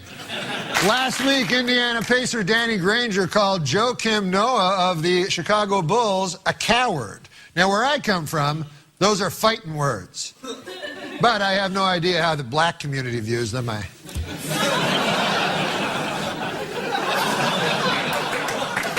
Middleweight boxer Bernard Hopkins has caused a stir by implying that Donovan McNabb is not black enough. The two men have decided to settle their differences with an old-fashioned game of who cannot catch a cab.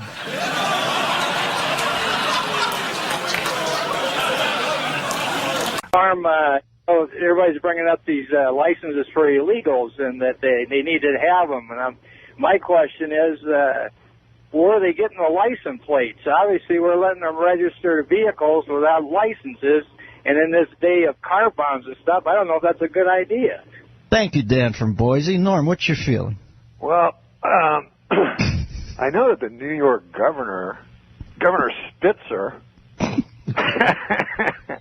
trying to get to learn things, but he doesn't want to issue licenses to illegal immigrants, you know, and I don't know how the hell you're going to get a cab in New York City anymore. I mean, it's hard enough, you know, for me especially, as a black man.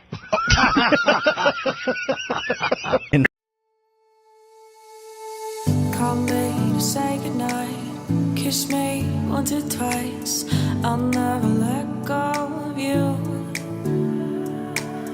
Fold me into your arms. Stay with me till it's... Listen, Dennis, have you heard about this Huckleberry Finn thing? I heard something about they wanted to take the N-word out, right? Yeah, anyways, I wanted to bring it up before I forgot, and then we'll get on to my my projects. All right. Do you have any observation on it, any tweak on it, or just the cognizance of the fact that they want to... No, well, I feel it's a thorny issue. Mm-hmm. No, that wasn't the whole thing. No. I thought you were going to go like, well, how so, or something. Tell us more, Norm. Why don't you I feel it's a thorny issue. Yeah, I'll tell me you why. too. Why, Norm? Well, you got Mark Twain, you know, and you're talking about, I mean, for those of you who don't know, you know, what I'm talking about, they've taken out the N-word, you know, out of many of the books of Huckleberry Finn. Norm, they've taken out. And so you got a thorny issue that I think I have a solution to. Do you want to hear it? Oh, man. Never anything more. Well, the thorny issue is this. Yeah. You know, you don't want to take, you know, Mark Twain, you know, one of the greatest writer ever to brush paper with ink, you know, and change his words, for God's sake. On the other side of the coin, you don't want to have a young African American boy in school, you know, hearing that word out loud and causing him pain. So it's a thorny issue. But I figure it this way. You've read Huckleberry Finn. You are so splendidly demented. Yeah, I've read it. You know it's written in the first person by Huckleberry Finn. Yes, I do. And you know it includes the N-word. Yes. Therefore, you just change Huckleberry Finn to a black kid. And it's like a rap song at that point, right? Exactly. Everything's cool. If you don't pay me now, I'm gonna take this swizzle stick, and I'll be shoving that right up your pee hole. So that was $11.50, right? Right. Yeah, you know how top spins? Yeah, I know how Well, in top spins. Australia, a top spins the opposite way of a top in America. It's not funny. By the way, I saw that film that you recommended me that you called a fantasy, Showa.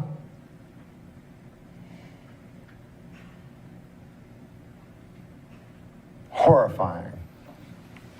You make it a habit to hang out with Dax Shepard. No. But yet you also know you're good friends with Professor Irwin Corey. And what does it do to you? Causes diabetes. Well, that's terrible. Then they Hardening of the amputate arteries. your leg. Mm-hmm. Not always. Sometimes you go blind. Sometimes you go blind. Yeah. Sometimes both. Mm-hmm. And then you can't. At least you can't see that you only have one leg. You know what I like about this show? It's not afraid to take on the issues. My wife's a slatterny woman. Sorry to hear that. Is that the word? It's a word. Slatternly.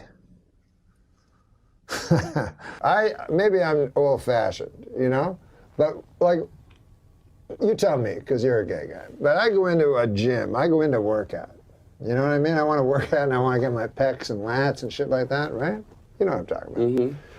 But then I go into the locker room. Now, the last thing I want to see there is some guy's fucking hot, beautiful asshole.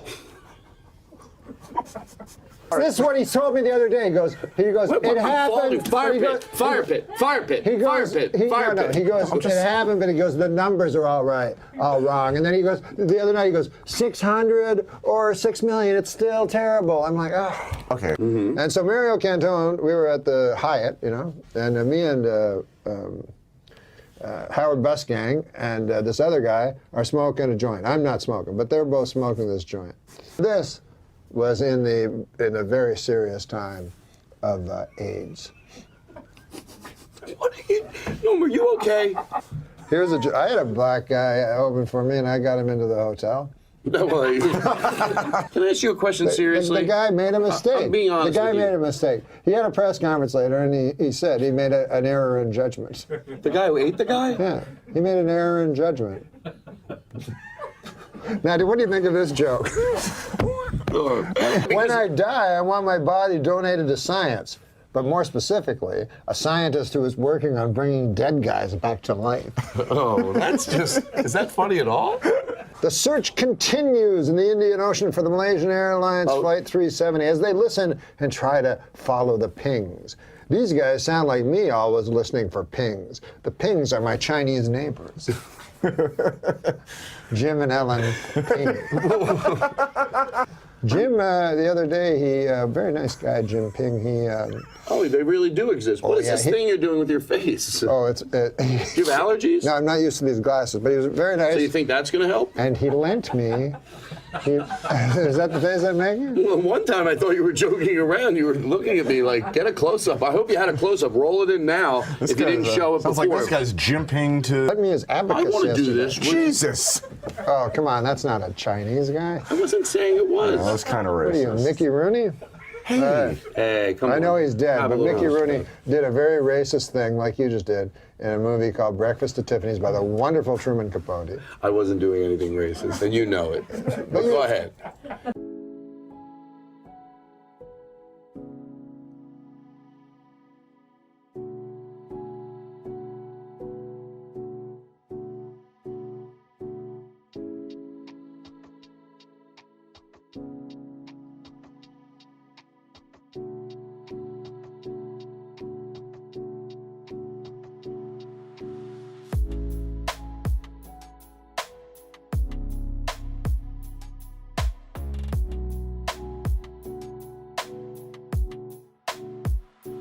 Actually, Brock Lesnar is here. I'm here. Norm has to go. Oh, you have to leave? Your people. Norm's a busy man. Your people are telling us that you have to go. If you want to stay, it's up to you. Quick break? You run. We only have a few minutes. I'll talk to Brock. Go. You run. Okay. Yeah, I just want to. Norm and Brock will sit there, and if you can stay, you can stay. If not, I want to get a picture of Norm. take your thing off. Don't give your thing off. Could you snap a picture? Brock, come sit. Hey, Brock, come on over. It's just a busy day. Yeah, they snuck in. Someone show Brock where he is. Brock's right here. Oh, he's waiting for the picture. Okay, I finally meet you guys, man. All right. Colin, you're out of here too. Later, buddy. Come on, buddy. Colin Quinn, Long Story Short, premieres on HBO a week from Saturday at 10 p.m. See you soon, Kyle. Hi, Melinda. That's your ex? Yeah. Girlfriend? Yeah. Do you want to... Here you go, buddy. Where'd Colin go? Colin just ran out. Fucking mess. I love it. It's a clusterfuck. He'll be around. Colin, where you going? We actually are on the air. Hi, Brock. How are you? Yes. Sorry about that. Welcome to the Opie and Anthony Show. Thanks for coming in. You know Norm MacDonald behind you, just so you know the people? That's Norm. Colin Quinn and Norm MacDonald. Yeah. So. Yes. Go somewhere? Good. I'll be back. I'm just taking a lot of pictures. All right, can they do it out? They can do it outside, right? Can they take the pictures outside? Oh my God! All right, we're taking pictures. Brock Lesnar, Jesus. You really walked into a clusterfuck, but we're happy that you're here. Thanks for coming. Morning. Yeah, thanks for doing our show. It wasn't easy to get you on the show. Yeah, I'm happy to do it. What time did you get up this morning? Way too fucking early. text me that you're coming down? Can we do this outside? Can we everybody do this outside, please? I'd like to fuck with everybody. But, Norm, Nice to meet you. I love you, Norm. Good seeing you, buddy. I'm happy you're here. But, no, I love you very much, actually. Because he loves Brock Lesnar more. Because I'm happy Brock is here, and people are doing a photo session in the fucking booth. Don't wear it out. We knew this would be a clusterfuck. That's all right. I want to ask him about the 50,000 he lost on a home run, but next time. Norm MacDonald was great on the show today. Oh, yes, he was. Holy shit. Brock, all sorry. right, Brock is here. Sorry, Brock. All right, now we are ready for Brock Lesnar. No. Yeah. Feelings flowing up and down, picking up the pieces that you left behind, hitting a new cup of flow, breathing in the smoke and clearing up my mind. The thoughts of you, I never knew what the hell you got me into. Because MMA is harder. I mean, it's like, not that wrestling isn't a grind, but MMA, you're really being hit a lot harder than you're getting hit in wrestling. In the face, I mean, guys like Shane, first of all, Shane Carwin, how did you survive that? I couldn't believe that you were kept kicking him I got a off. head like a horse. I have other things like a horse. Let's talk about you now. Let me ask you something. Yes, Another guy from Canada has come and invaded show business here in the United States. With an acerbic wit. So many funny guys come out of Canada. What is it about Canada that produces all these comedians? What do you think it is? I don't know, because when I'm in Canada, no one's funny. You think it's the long, dark, cold winters? You just had to find something to laugh about? We don't have dark winters. We don't live in the Arctic Circle. But they're long, aren't they? They're long and cold, and they're cold. And really cold. Yeah, they're cold. So when you're a kid up in Canada... I don't want to put too fine a point on it, but they're cold. You said this is the coldest you've ever been. You're Canadian, so are you okay with this? I've been colder than this. I've been colder than a vampire's... Go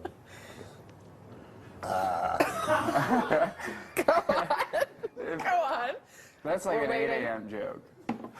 Yeah, we can do it at 7:19. The stage is yours. Are you drunk? Because all you did was ride a cooler and you're sweating. I am. Well, it's hot it's hotter than a $2 Well, he's pistol got like in here. 12 layers on, Yeah, I think. I thought it was going to be really cold. When you're from Canada, this should be springtime for you. No, I know I'm from Canada, but I'm still a human being. Like it's not like we evolved differently. I'm from the frozen north. Yeah. Yeah, it gets colder than It gets colder than a... Oh, here it comes. Get your finger on the panic button. No, it gets colder than a vampire's demeanor. Okay, that's better. Wow. Surprisingly cerebral. Well, let me ask you something. Now, I knew you when you started here in L.A., but you're from Canada. Yeah. You started in Canada. I did some gigs in Canada, and it's a little different, isn't it? It's kind of rough there because they got like a lot of people that like hate me. Oh, well, that could be a disadvantage. That's rough going in. But it was all like, you go to these crazy places like Medicine Hat or Red Deer. Yeah. Or I played one place, Head Smashed In, Buffalo Jump. It was a crazy place. Yeah. And you know how I got his name? It was a guy, in the old days, the buffalo used to run and open in the plains. It was beautiful, way back in the 70s. And they would run. And so the way they'd catch him is, Jay, they'd dig a hole with a shovel. Right. Dig a hole. Yeah, I got you. Yeah. And then they dig the hole with the shovel, and then the buffalo, they're dumb animals. They just run, and run and run and run, and then fall into the hole, right? So one time this Indian dude, a brave, he was digging the hole, and he didn't hear all the buffaloes were already running. And then all the buffaloes fell on his head and smashed it in. So then they called the town Head Smashed In Buffalo Jump. It's a very unwieldy name. Really unwieldy name. Yeah. And you played gigs there? I mean, what were the audiences like? They were horrible. Man, they hated my guts. Yeah. One time I kissed Relic. The Beachcombers? Yeah. Were you on a ferry or? No, that Indian guy from the show gave me some bad heroin. That's not true. No. You made that up. I didn't make that part up, but I did have a long kiss with Relic. For a show or just well, party? Yeah, no, I was supposed to be on the Beachcombers. Right, that would have been awesome with Jackson Davies too. Yeah, yeah. And turns out I was never going to be on the Beachcombers, and I was just going to be in Relic's hotel room. What, were you in Vancouver? Yeah, I was in Vancouver, and I'm like, this is going to be the greatest. I'm going to be, I was supposed to be like the new breed of the Beachcomber and everything. That's what Relic said. So this is a next generation Beachcomber thing? Exactly. Okay. Beachcomber, the next generation. Relic was supposed to be the executive producer, and he'd make occasional like appearances. This is what he told me in his hotel room. Come on. This didn't happen. No, it didn't happen. Okay. I got to read this book. Sean. Hey, I should put that in the book. You should. I know there's a couple generations maybe between you two as comedians. Looking at a couple. Watching Norm over the years and some of the characters, what's it like being alongside one of the best? Oh, it's great. I mean, I love Dirty Work, and I love Saturday Night Live. And then I worked with Norm. He was my boss, my first boss in Los Angeles. Yeah, Sean's awesome, man. Future of comedy. If you show this clip like 10, 20 years from now, you're going to go, who's that old guy talking about, who the hell is Relic? Oh, I love that I'll story. be like Relic, and he'll be like me, like 20 years, when you look at this in the vault. In Canada, it's different. Like here in the States, you vote for the president, maybe you vote for the wrong guy, a war happens. Right. In Canada, it's not like that. You go, like, what's the big thing? Should they make that bridge? Right, that's the biggest. Yeah, so it doesn't really matter. So it's, you know, It's too much we're pressure. very inconsequential, Canada. Yeah.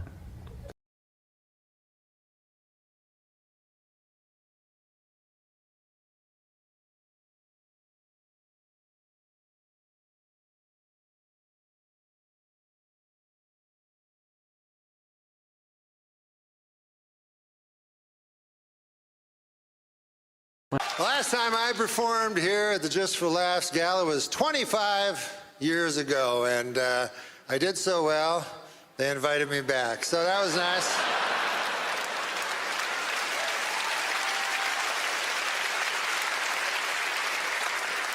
I love Montreal, my God, you know, and call me an eternal optimist, you know, but I really believe in my heart that this is the year that the Expos are finally going to win it all.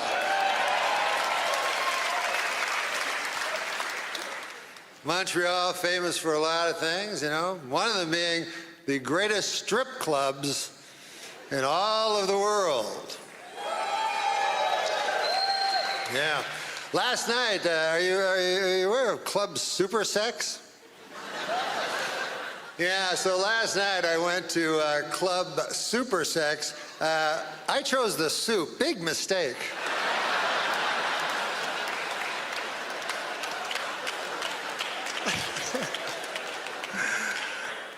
Hey, big election coming up, and in Canada, this is the difference in elections in America and Canada, is elections in America mean something. You vote for the wrong motherfucker, the world blows up. I don't need that on my hands. Whereas Canada, you know, what's the, it's always like, well, what's your view on the bridge? I say keep as it is. I don't think they need to clean that up. That's fine.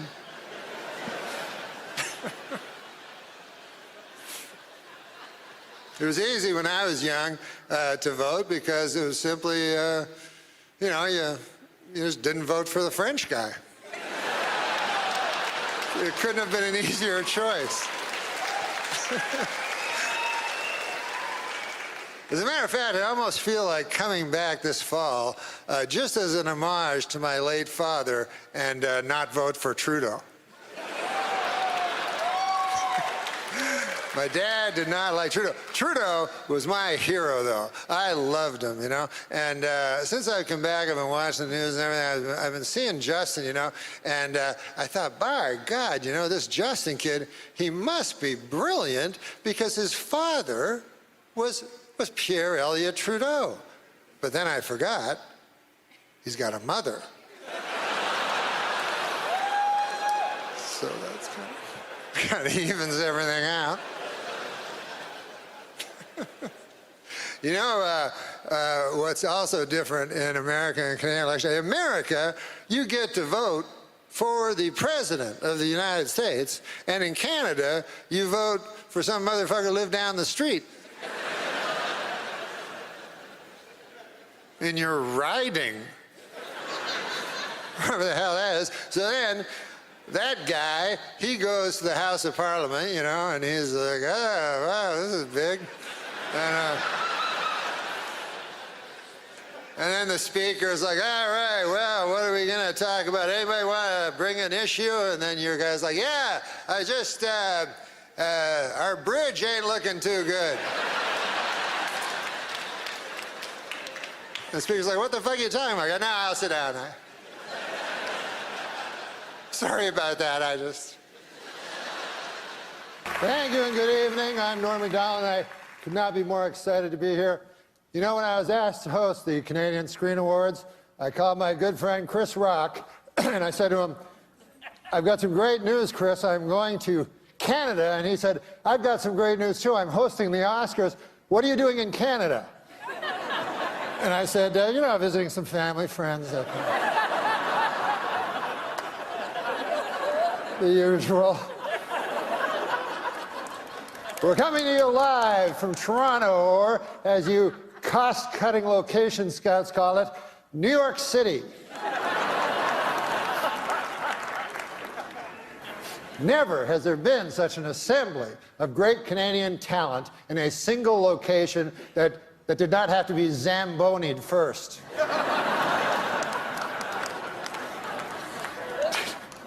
Tonight, the CSAs are being seen in over 50 countries. Isn't that exciting? Oh, wait, I'm sorry. Don't wait.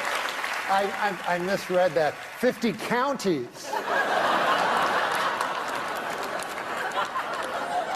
And a couple of regional municipalities. We are here to celebrate nominees for their wonderful work in Canadian cinema and television, which is a lot like celebrating the Northern Lights. You probably haven't seen them, but you've heard they're amazing.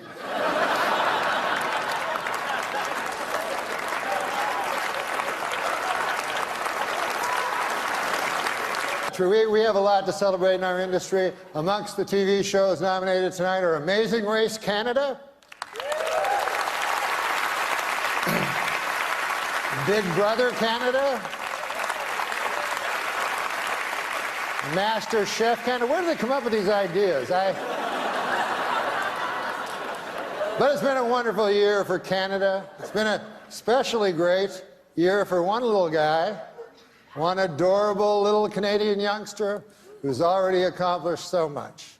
Of course, you know who I'm talking about, Justin Trudeau. Hasn't he had a wonderful year? It's been a busy weekend getting here. We lost an hour. As you know, daylight savings time went into effect last night. I give it 6 months.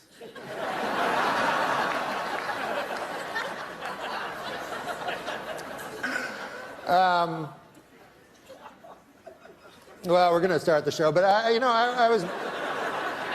It hasn't started yet. You didn't know. I saw a wild look of alarm cross your eyes. But I was backstage yesterday, and we were doing rehearsals, and I asked, what is the statuette called? And they said, it's called the Canadian Screen Award. And I said, well, that seems kind of dull. Like, what? That's the name of the award? And they said, well, we've been bandying around different names, but none of, they said in Canada it takes a long time to get stuff done and stuff. But one of them they mentioned was the Candy. And I think John Candy, I mean, who doesn't love John Candy?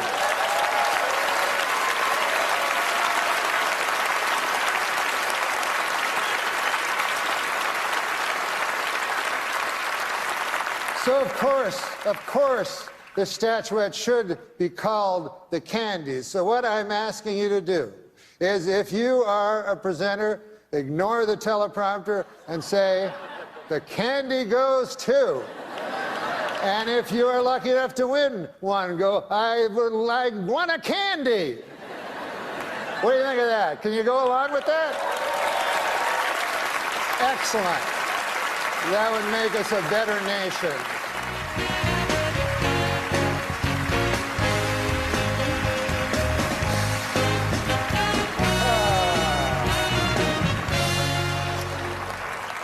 I am not here to upbraid. However, I think I made it quite clear that these awards should be referred to as the candies. A 9-year-old child knew. Are you so burdened with this preposterous technology?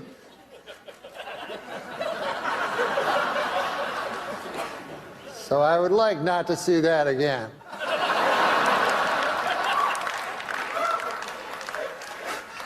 You know, backstage I was thinking how different things are since I moved to the United States. You know, now I'm in the United States. One thing I've noticed about films, I don't like foreign films anymore.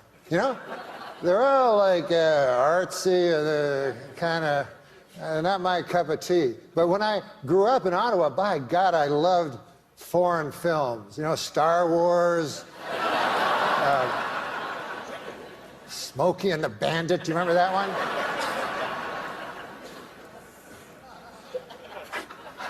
Here to present our next award, the Candy. And this will be the end of my upbraiding, I hope. George St. Kitts and the Candy Band. Who can take a sunrise? Come on, guys. Sprinkle it, but they can't. Well, whatever. Well, our next presenters are political people. And it made me think, because I was just told Cape Breton Island, I don't know if you know this, but they are offering sanctuary to anyone that lives in America after Trump is elected president by a landslide. And I agree with this in principle, but why Cape Breton Island? I mean, can't I just flee to Toronto? Do I have to leave the fucking planet? I mean,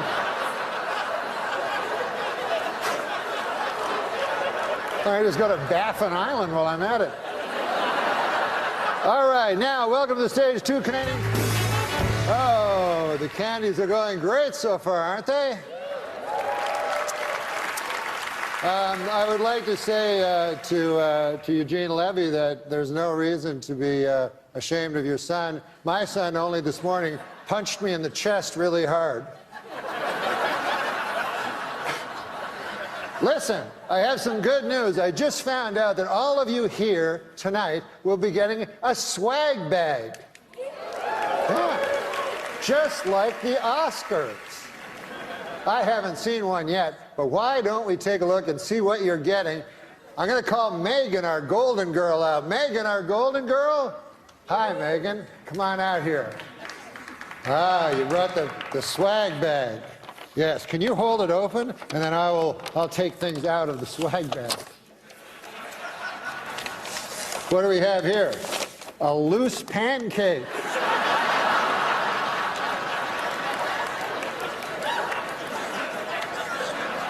What else we got here, Megan?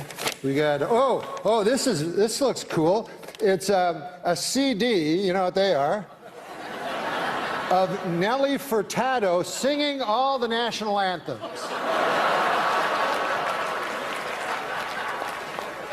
Torn from today's headlines. See what else we have. Well, we have this. Ah, yes, this. This is a bottle of Eau de John Cherry Cologne. It's for the gentleman in the audience. Now, what else do we have? Hopefully something a little funnier than the last one. Here. We have a 30-minute massage from producer Robert Lantos.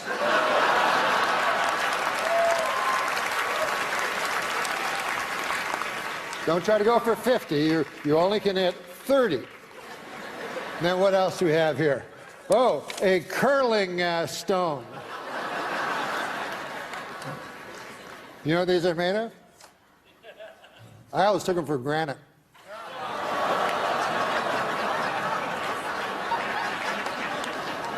Last time I take a joke from Martin Short. All right. Megan, just do some house cleaning here. Having a hand for Megan, our Golden Globe. Natural mistake. All right. Listen, guys. For some reason, I've been told to stretch. So,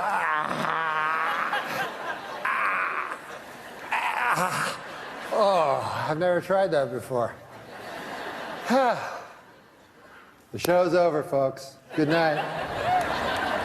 For the first candies, respect, peace. A deadly outbreak of the Ebola virus is said to be responsible for more than 100 deaths in Africa and a couple of really bad movies here in the United States. Listen, man, Sean, you know... The future of comedy. The future of comedy. It reminded me last night, because I got in early yesterday, and then I waited up on Sean because he drove from Los Angeles. Oh, jeez. Because he's afraid of Ebola. And it sort of reminded me, like, because I would phone him, on his car, and I go, "How you doing?" He goes, "Now I'm in, wherever he was." Quartzsite. Yeah. Oh. And it reminded me date shake. of he had a date shake. No, I ate at McDonald's twice. On the drive? That's a long drive. You ever have a date shake? No. Oh, they're awesome. Yeah. But it reminded me of kind of like a Stephen King novel. I'm on the phone. Right. He's like, I haven't touched anyone yet, and he's so afraid of Ebola. But Are you really afraid of the Ebola? Because I think I'm horrified. Oh, yeah, I'm terrified because what just happened is it was one person, then it was two people, then it was three people, and then that second person went on a plane. Yeah. So now 800 people are Well, and quarantined. there's another one on a boat now, on a the one cruise on the line. plane doesn't have it yet.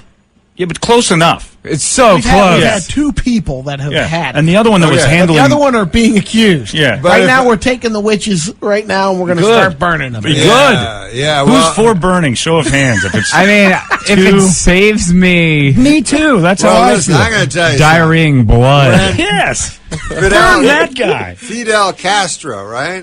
Yeah. Who has an island. His country is an island, right? Right. So when the AIDS outbreak happened, you're on an island. It could knock your whole island out. Right. Yeah. So what he did is they had a big, beautiful resort, right? And he just took it over, because that's what they can do in Right. Cuba. When it's your island. Yeah, and he put all the AIDS patients in this beautiful resort, fed them all, and What's wrong with that? Yeah, I don't know. They It almost really, makes you want AIDS in Cuba, doesn't it? Kind of tried to get it. But it knocked the disease out. It killed the disease. Yeah, because you quarantine everybody into their own little package. Yeah. That's the thing. So this lady who they keep saying was handling samples, which basically means the poop and pee of the Duncan guy, She was taking is them on out. a Royal Caribbean cruise and she's got locked in a cabin now. I'm the same way because I But think also like a nurse. If a nurse can get it, I mean, Yes. because they take care. they try not to get stuff. Every day, that's their job. So if it's not airborne, Sean was saying it's just a droplet. Yeah. Yeah. Well, wait till terrorists get it. I mean, of course. If you take in someone's breath that has Ebola, It's like a horrible It's movie. gonna be awful. Yeah, I had to stop drinking people's blood. that'll do it. I mean, yeah, you got to be careful with that. Stupid Twilight movies, and now we've got this. It's taking a horrible turn on all of us. Yeah, well, I mean, it would be the worst when terrorists get it, but I also think it would be bad when just innocent people get it. That's when you got something. I think you misunderstood me, but it's okay. Who did you usurp as the future of comedy? There has to be the guy who had that role that you took it Yeah, from. who got rolled? Probably Aziz Ansari. You think? And now he's just comedy. Yeah, now he's the president of comedy. He's the czar. And Norm, are you the ghost past. of comedy past? Yeah. A lot of times me and Sean we'll go, and then people go, "Hey, man, that guy seems like the future of comedy. That guy seems like the past of comedy. Where do we Who go says to get that to you? Where do we go to get the president?" People will review your show that way. That's just an awful person to say that about the show he just watched. I saw the future and I saw the past. Yeah. Just looking for something in the middle there. Yeah, well, listen, man, the future and the past are all we got because the present is, people falling down, bleeding from every orifice of their body. Yeah, that is, I don't like the present. It's better to look at that. Did you guys ever read The Hot Zone? Yeah, we were talking about that. I never God, read that it, was but a terrifying book. it's the one that makes me go, okay, Ebola, I'm not going to fool around with this one. We had a record of 0 cases up until about a month and a half they ago. could have had a vaccine. It was 20 years ago. Oh, that's right. They could have worked on a vaccine, but they didn't. What was the thing that you told me about the hot zone that sounded like a lie? Oh, the horrifying story. Oh, that you think it's a lie? Yeah. Yeah. No, in the hot zone, they're talking about the first guy that got it, and it's just a nightmare. And he gets to the, it's on a little plane from Africa, and he gets to the hospital, and he goes there. And it's an African hospital. Which not to says say anything against Africa, but my God. And then Look at these hospitals. And then he goes there, and they don't know Ebola. Sure. So it's like, and they said at that point, anyways, he collapsed and blood exploded from everywhere. Oh. And they said that the blood hit the ground and started moving. What? Because it's like a sci-fi movie. Like a sci-fi movie, because it's more Ebola than plasma at that point. Oh. And it's just looking for a host. It's going to die. I'm out. I'm out on that. Yeah, start the fire. It's like Alien. Yeah, no, that's just an awful. So burn all the Ebola. That's what you're saying? Yeah. I'm fine with that. Are you opposed? Are you opposed to? Give me a counter argument to it. You take that resort, Norm, and then you torch it. That's John's idea. I have an odd approach to curing starvation as well, which is kill all the starving people. Yeah. It goes away if we team up with the warlords. I mean, we've raised so much money, and they're still hungry. We've teamed up with the wrong side. Oh, yeah. Don't you think? You have to go already? No, Brad's okay. just pointing at my coffee. Brad, I don't like when you stand up. Sit back down. Doesn't he look like he's from a Wallace and Gromit special? The were-rabbit. He's right behind him.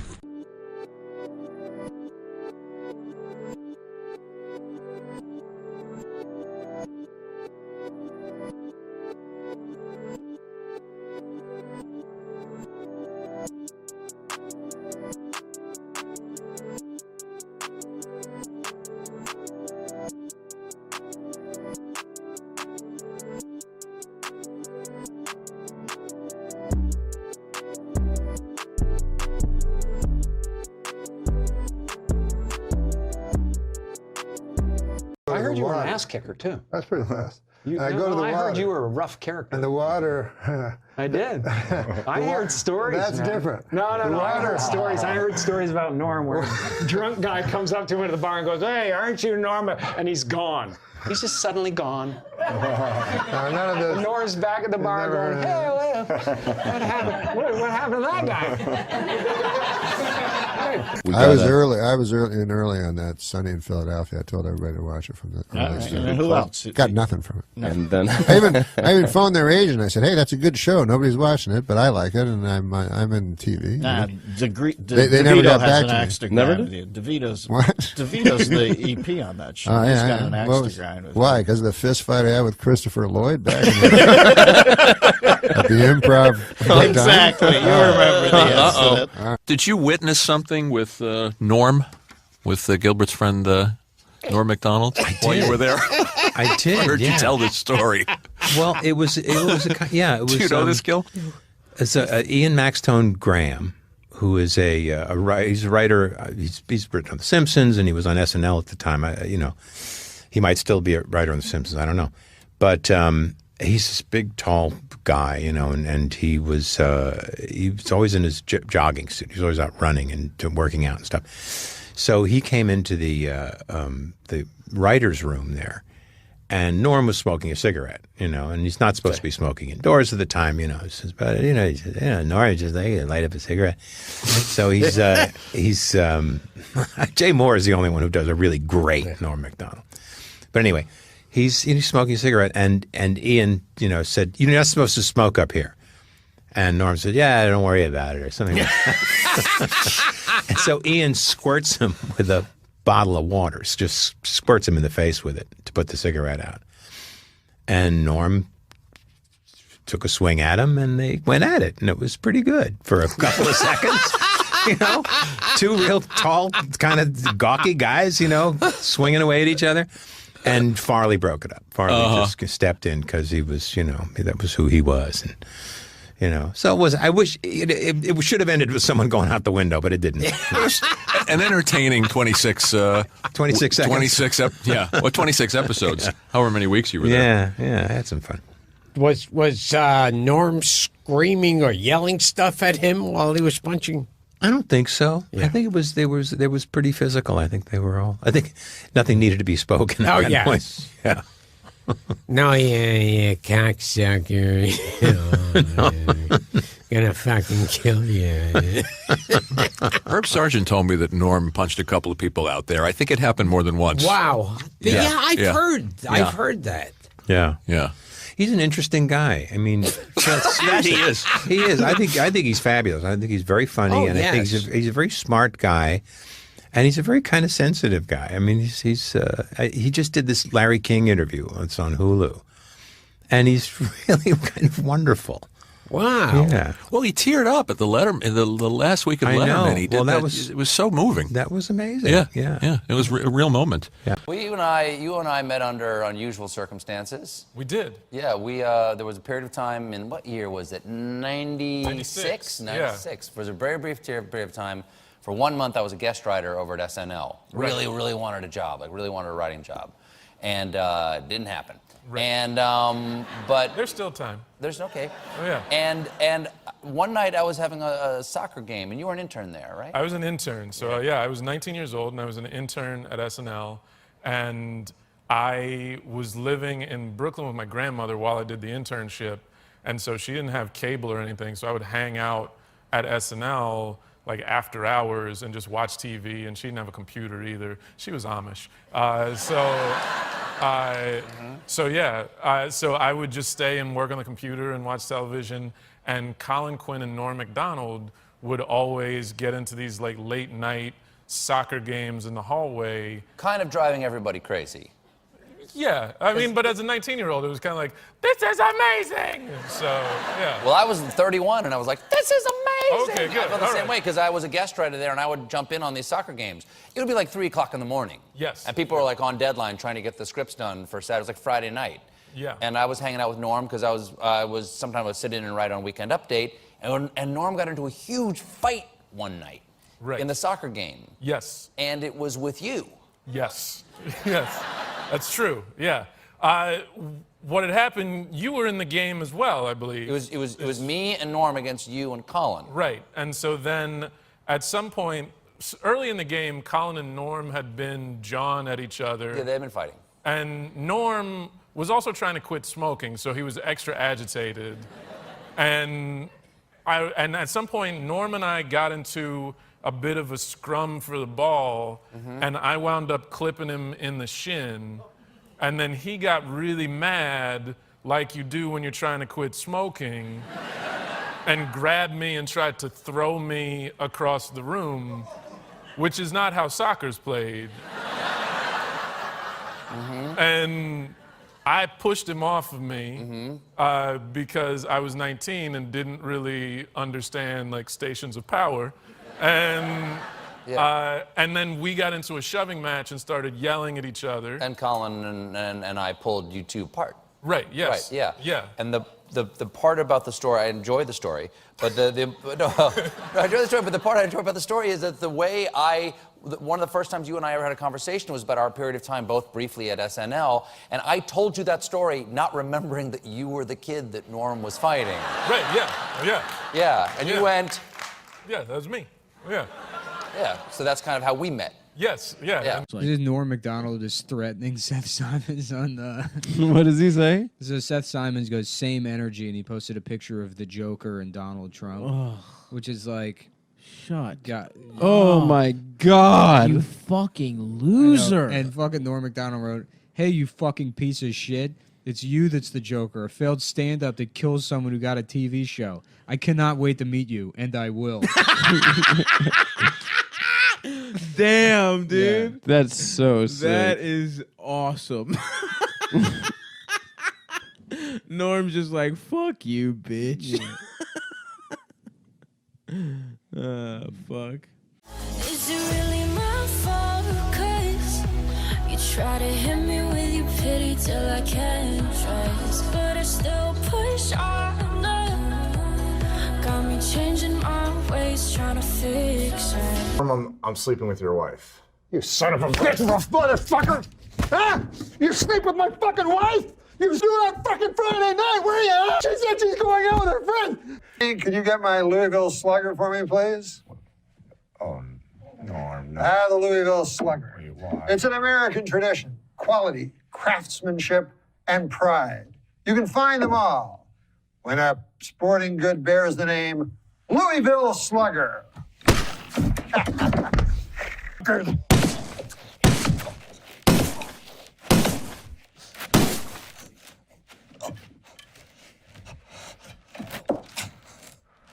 We'll be back with Roseanne.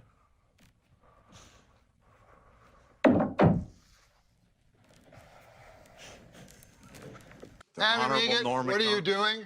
doing? Judge Judy's the guest. I had an idea. Oh, you had an idea, Yeah, huh? you know- What's this? It's my nightstick. What's this? Oh, that's my real pistol. And what did I tell you about having ideas? They're good and... No, I didn't tell you that. I have an idea. My idea is to pistol whip you. Oh, God. Oh, God. God. Oh, God. God. God. God. God. Adam Egat. Yeah. Would you come in, please? What's up? How'd it go? I just wanted to compliment you. Yes, you have a very nice tie. And I like your shirt.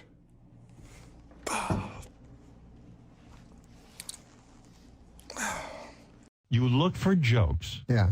that have the same setup as the punchline. You know what I'm talking about? Yeah, I said the perfect joke would be if the punchline and the setup were almost identical. Yeah.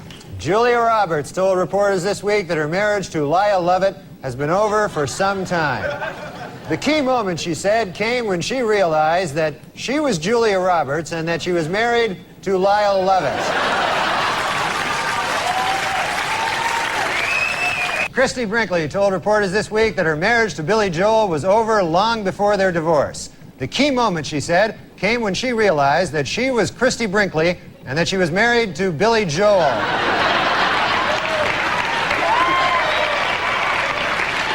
According to an obscure 14th century law, British Army Captain James Hewitt could be hanged for having an affair with Princess Diana.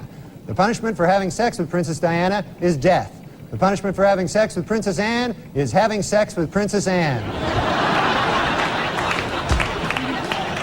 A new development in the O.J. Simpson civil trial this week. According to sworn testimony, Nicole Brown Simpson had told her therapist that she was afraid of getting beaten by O.J. Simpson.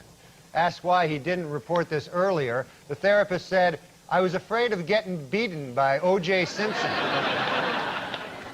Our top story tonight comes from the O.J. Simpson civil trial, where this week it was revealed that in his first interview with police, Simpson had refused to take a lie detector test. His reason?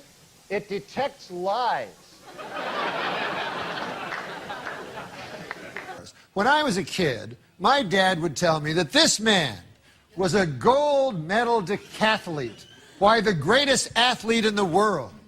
And now, I have to tell my kid that this man is a man. A Labor Department task force says it will crack down on sweatshops in New York's Chinatown, where employees work 90-hour weeks for as little as 75 cents an hour. A spokesman for the sweatshop owner said, quote, "That's all we can afford to pay. This is a sweatshop. We make sweat." 18-year-old Julie Wozchak will be going to Paris after winning an essay contest sponsored by the Dayton Daily News. She won for her essay, which was entitled, "Why I Want to Go to Paris with Some Old Guy from the Daily Dayton News." Dayton Daily News. Like that would have helped. Okay. A 3-year-old Texas boy remains in fair condition after being assaulted by the family's pet cougar. No one knows why the attack occurred, but hey, how about because their pet is a cougar? How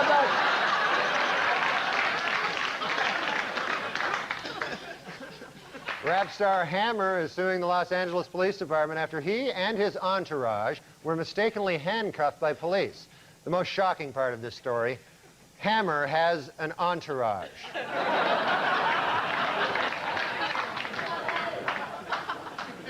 Painting that depicts a large rat sucking at the breast of the Blessed Virgin Mary was removed from a high school art display due to complaints by local residents.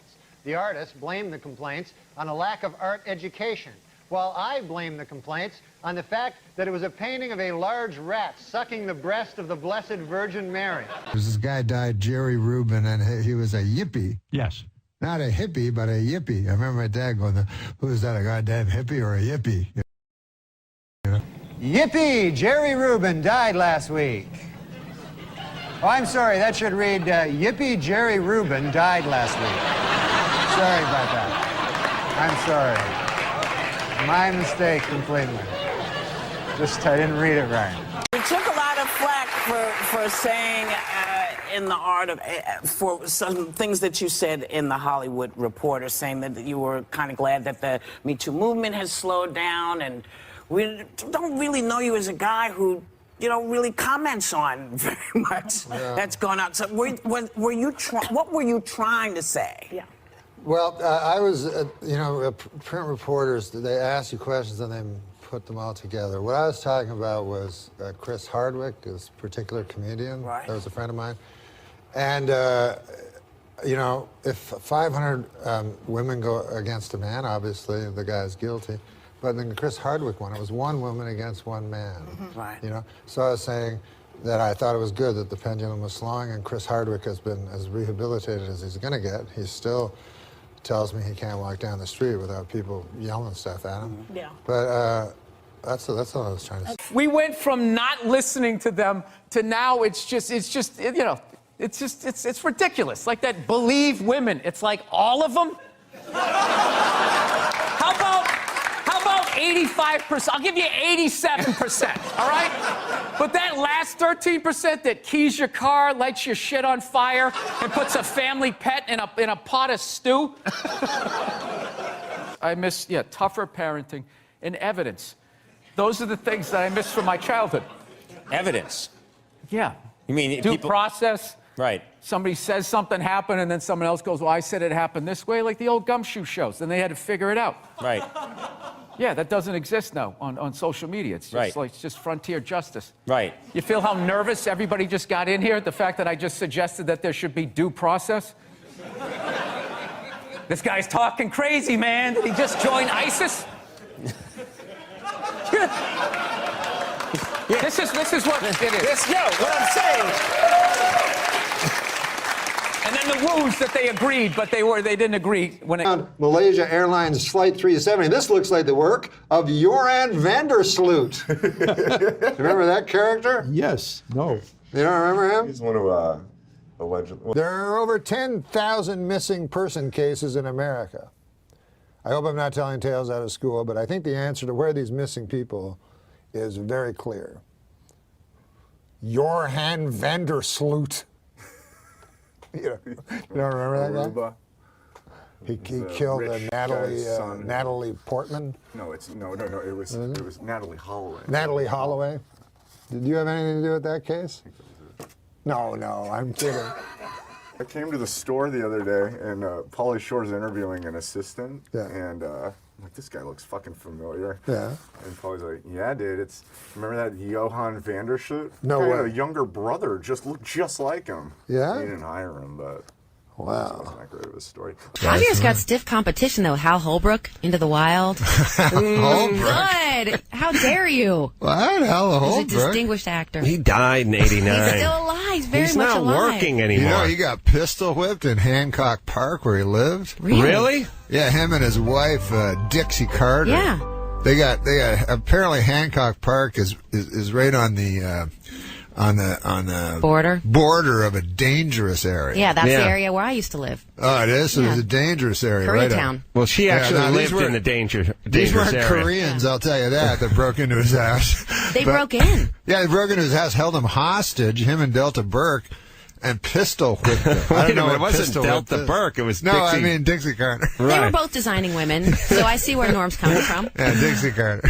Meshack Taylor ran in at the last minute and saved the day with a fruity vest. Annie Potts was very upset about the whole thing. And by the way, if those of you who aren't from this area, you know, pistol whipped in Hancock Park sounds like some threat a cop's going to make to you when he's going to toss you in the hole with the gay guys. Listen, Brewster, you keep this up and you'll be pistol whipped in Hancock Park, all right? I'll hear your screams coming down the hall. Oh, you won't sit for a week, my brother, when you pistol whipped in Hancock Park. Yeah, Hancock Park is... Sounds like something Joran Vandersloot might do. It does. That's the most evil name in a while. Except, yeah, it is evil, isn't it? Especially when Patrick says it. Somebody, by the way, like when you hear Johan Vandersloot call the chick he dragged out to the ocean because she passed out from booze on the sand a slut or a bitch, it makes me want to pull his parents aside and go, look, Missy, come over here, drop your underpants. I'm going to need to take this Duraflame log and wedge it into you so that you can never procreate again. You guys are officially the worst parents on the planet. Like, and they'll be like, what about the inner city kids that shoot at the chicks behind the counter at the Korean market? Yeah, but they want money. Right. Your son does it for sport. The Vandersloots had to have been pretty bad parents. I don't know. I think he just made it all up because, to me, the frightening guy was Patrick. Which one? Patrick was the guy that talked to Joran and got He was the guy who answered the phone. Yeah. Hey, why don't you be Johan and I'll be Patrick, right? Because the phone call came at like 1 a.m. Patrick's just sitting around watching a little YouTube and blowing a spleef. Hello? Oh, we're playing a game? Yeah. It's called improv. Wait a minute. Please try your call again later. Hello? Wait, they were in a van. I don't understand what you're talking about. Johan or Jorn or what? Vandersloot. Yeah, Vandersloot. He takes the chick down to the beach. No, I'm not. Patrick is the guy. Is the guy in there the was a van. sting, and he befriended Oh, Jan that guy. to record him. Oh, he's not the worst guy in the world. The worst guy in the world is the guy who that answered the helped phone him. because he walked to a payphone. Yeah, that helped him out, you mean? And he was like, hey, it's 12:45 at night and this high schooler's passed out on the beach. I need your Okay, I help, can do buddy. that. Okay, I'll All right, do you want to do that. that? Okay. So you be Vandersloot. I'll be the guy. Wait, I thought I was... Yeah, you're Vandersloot. But earlier you were Vandersloot. No, you were No, you call me. Okay, I'll be Vandersloot. Yeah, now you're at a payphone outside of Marriott. The chick is just falling asleep on the beach. Yeah. And I'm just hanging out watching TV. Yeah. All right. What's here we your go. name again? Dory. He's got a weird name, like Dory. Dory, Yeah. Right. I let it ring a little bit because I don't want you to think I'm desperate. Plus, it's late. I shouldn't even be up. Huh? One more time.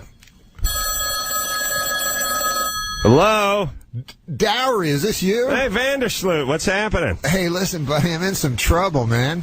What's up? I'm calling you from a payphone. I realize it's year 2006. What, do you need to borrow some money or something? What happened to that cell phone? Yeah, anyway, what do you need? You need to borrow 20 spot?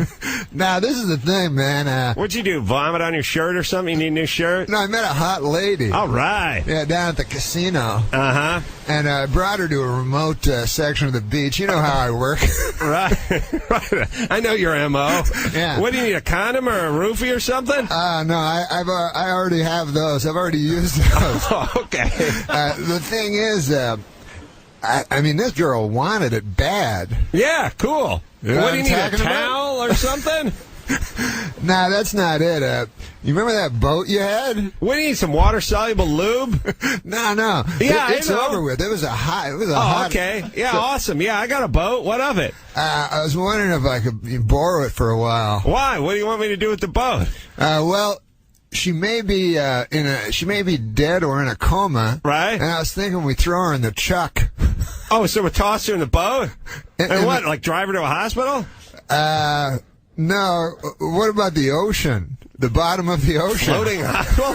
Davy Jones' locker? Davy Jones' locker. No.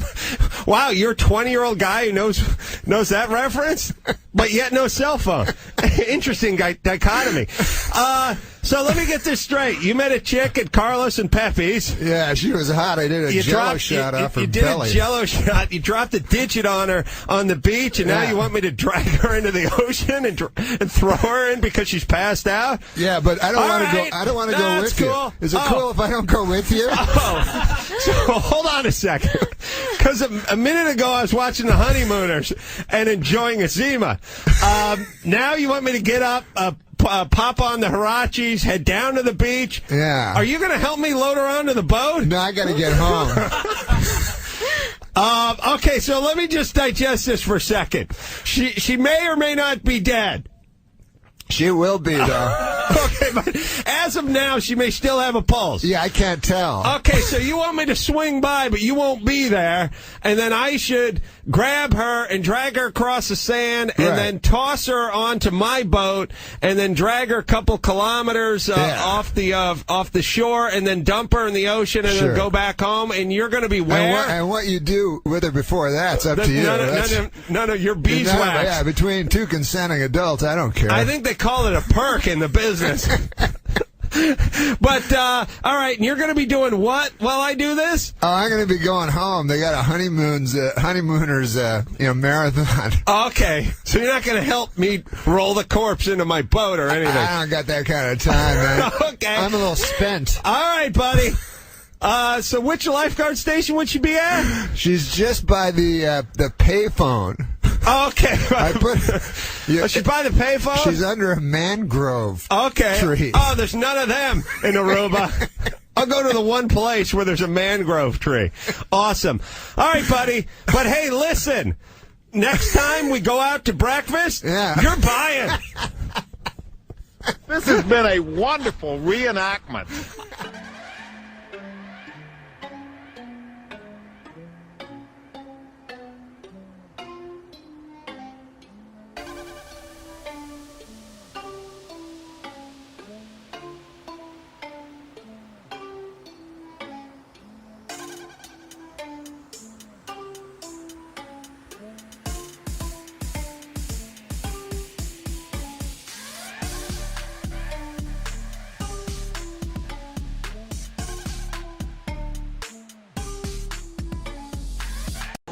Have you ever done anything in your long and storied career that you consider specifically to be in bad taste as you look back on it? Maybe at the time you thought it was a good play, but you look back on it and you think that was in bad taste. Well, sometimes, like in stand-up, I'll do jokes that are like one time I was doing this thing in San Francisco and they were all gay people in the audience. They told me, so I figured I'll do. In San Francisco? Yeah. No.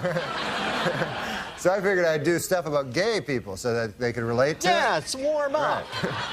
They love that. And so I was talking about, because I went to this gay pride parade, and I saw in it there were these old men and old ladies like with these signs that said, "We are proud of our gay son," you know? And so I was saying, that's an odd thing to be proud of, you know, because it's not an achievement, you know? It's not like something you work all your life to be gay or anything like that.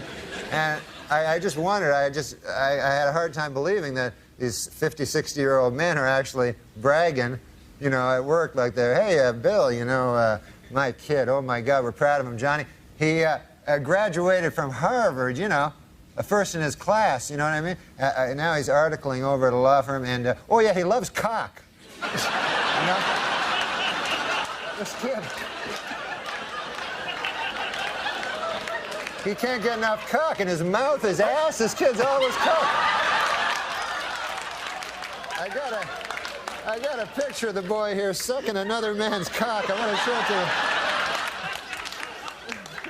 To watch the maturation of you as an artist, to realize it took you 9.5 minutes to get around to the sucking cock stuff. It's beautiful to see you comfortable in your own skin, Normie. What's that like? You ever see a gay pride parade? That's taking a little too far to be being proud or something like that. Because, you know, that's just what you are, man. You're gay. How can you be proud of that? You know what I mean? That's like saying, "Hey, man, I'm proud of being English." God damn. I gotta tell you something. I speak English. I can't tell you. My heart wells with pride about that, man. I talk English every goddamn day. I I don't get that. How can you be proud of that? I went to a gay pride parade, man. I seen a guy, they have the parents of the gay guys, you know. God bless them, man. Because some of these guys, and they hold these banners, say, I'm proud of my gay son, you know. Some of these motherfucking guys, you know, you can tell they were in the war and shit, you know. They never thought they'd be out with a banner saying, I'm proud of my gay son. You know, the mothers are nice, the guys are like, kind of proud of them, I guess. But seriously, are they actually, you know, bragging about their son being gay? Or they down at work, hey, Billy, man, I gotta tell you something about Jimmy. God damn, we're so proud of him. He graduated Harvard last year, first in the class. God damn smart kid, man. He's articling now, you know, over in the Cambridge area. Oh, my God, next year he should be a full partner. Oh, hey, did I mention that he sucks cock? Oh, yeah. Oh, man, this guy loves cock in his mouth, his ass. It's unbelievable. Here, I got a picture of him here. Yeah, he's the guy with 5 cocks in his mouth. Right there, look at that. God damn, that guy. I don't know how he does it, but I am just so proud of that picture. That's the picture I'm most proud of. Him blowing 5 dudes. And come to think of it, I got addicted to you. Oh, no. And come to think of it, I need somebody like you. Oh, no. I need someone like you. I find like some things are too. I have some beliefs that are too inflammatory to even discuss. Unfortunately, because of the way they'll be taken. Because there are certain things in society that you're not allowed to believe or speak publicly. Mm-hmm. And so I'll just never say them. I'll just leave them in my little head. But mostly, I find all these things ridiculous. And I hate that we forced people into, first of all, I hate that we forced people into identifying themselves by little tiny, because we oppress people, we further oppress them by forcing them to identify themselves as what I consider less than human. So if someone says, I am proud to be black, I go, that's too bad for that guy, because it's a retarded thing to be proud of. We see it with white power. If someone says, I'm proud to be white, we see how ridiculous that sounds. Mm-hmm. But we don't see it when a person says, because they've been oppressed, I'm proud to be black. But it is ridiculous. We've pushed them into a corner where now they're going to spend their whole life identifying themselves by the pigment of their skin, which is a sad waste of life. Or if you say, I'm proud to be gay, that's what I am, and that's how I'll live my life. Well, boy, you're really limiting yourself there, and it's too bad. And I know you've been forced into it by being pushed down and oppressed, but it's still very, very sad. And I don't think of myself as Canadian, and I think it's a terrible thing to say you're proud to be a Canadian or proud to be an American. I think that's all that stuff is nonsense. You're proud to be.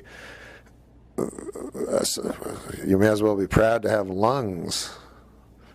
You know, you didn't accomplish nothing. You know, you're just born somewhere, or you know, you were just born with a skin that's a certain color, or born, you know, with a sexual attraction to a certain type of person. That stuff's all. It's all just little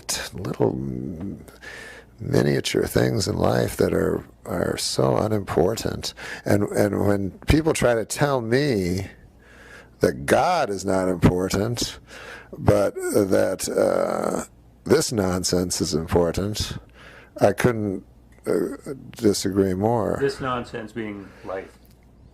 Not being life, being the tiny gossip of life. Like to me, saying I'm proud to be Asian, you may as well say I'm proud to have a green shirt. I don't know what the fuck you're so proud of. Canadian, right? Canadian, right? Yes. Funniest, besides you, funniest comedian to come out of Canada? Norm MacDonald. Norm? Correct Yeah, answer. We were talking Thank about you. that Correct before the show. Thank you. Yeah, I love Norm. Oh, he's so good. I mean, me doing stand-up, if you haven't heard a good comedy album lately, get me doing stand-up. That's not me, but that's the name of his Yeah, comedy that's album. is that the one where he's in the blue shirt and the leather jacket? Is that I've seen the one on I've seen the special. It's one of his more recent ones, and oh man, when he talks about like Tiger Woods and OJ and is that the same one? Alcoholism is the best disease. Yeah, is that the same that's the one. Yeah, if you're gonna have a disease, because you get drunk. You should just do Norm's bits. I should just sit here and do Norm's bits here for a half You're both hour. from Canada. It's the law. You can steal it. It's fine. I think over the border, you can do whatever you want. Have you met Norm MacDonald before? I got to work with Norm, and I guess I mean I hope he doesn't mind if I tell him because this is a very endearing. Last Comic Standing. No, I did. Right? I did the was season before. Okay. But I got to work with him 1 week, and we. What did you do? Oh man, I watched every single set he did, and it was so cool. And we actually got. You know what? I already got into the story, so I got to tell it. Yeah, let's hear it. Yeah, that's fine. He wanted to get high. Yeah. And so I was like, okay, I don't really get high before shows, but afterwards, cool. And Sure. he's like, no, now. Well, when Norm MacDonald says now, right? You say yes. Yeah. Correct. And he goes and hands me the joint, and I was like, okay. And then he hands it back for a second hit, and I was like, no thanks. And he goes, what's your problem? And I go, well, I'm just worried I'm going to repeat a joke, and I still have to go up and bring you up because the opener was on, right? And I was hosting. So I still have to go up there and bring you up, and I just don't. I already did some jokes earlier, and I just don't want to tell the same joke again. And he goes, "That's insane. You're an idiot. Smoke this." and so I smoked it, and then we go inside, and I'm so high. I go, "I'm just going to bring you up. I'm not going to do any time. I'm just going to bring you up." And he's like, "No, do a couple minutes." And I go, "No, but please, just let me just bring you up." And he goes, "No, do 5 minutes." This guy's doing really well. Give me, take a little, do a little time in between. You need a little buffer between comments. Yeah, right. I said okay. So I went up there and I was so high. I was like, I don't even remember what I said in the first half of my set. So I'm just going to tell jokes that I haven't told in years.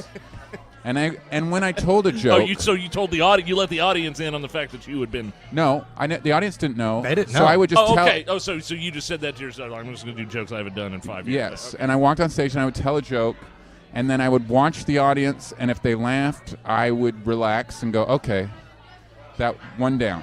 And I did that the whole set. It was horrible. I was so stressed out, and then I just said, ladies and gentlemen, Norm MacDonald. And I look over to my right, and there he is walking the opposite way.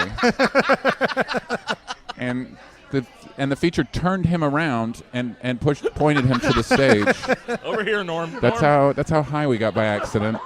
By accident, like you tripped on a joint. Right. But I mean, I love the peer pressure from Norm, though. That's awesome. It's like a high school and middle school all over again. And he's my hero. So I just, for me, I was a little worried about him. But then he walked on stage and he opened it up with this great bit, and he was crushing. Right. He was destroying. And then he got the light, and then he started to wrap it up, and he started to tell the joke he opened with. And I started to freak out. I was like, oh no. Oh no. Yeah. And the audience thought it was a joke. They thought he was being Norm. Sure. But when he delivered the punchline, and it was the same punchline, they realized he had just forgotten his joke, and they didn't laugh. They felt a little betrayed, and he walked off stage in complete confusion. And that bit usually kills. And then the feature goes, "You told the same joke twice, you idiot." And he goes, "No." And then he looks at me and he goes, "This is your fault."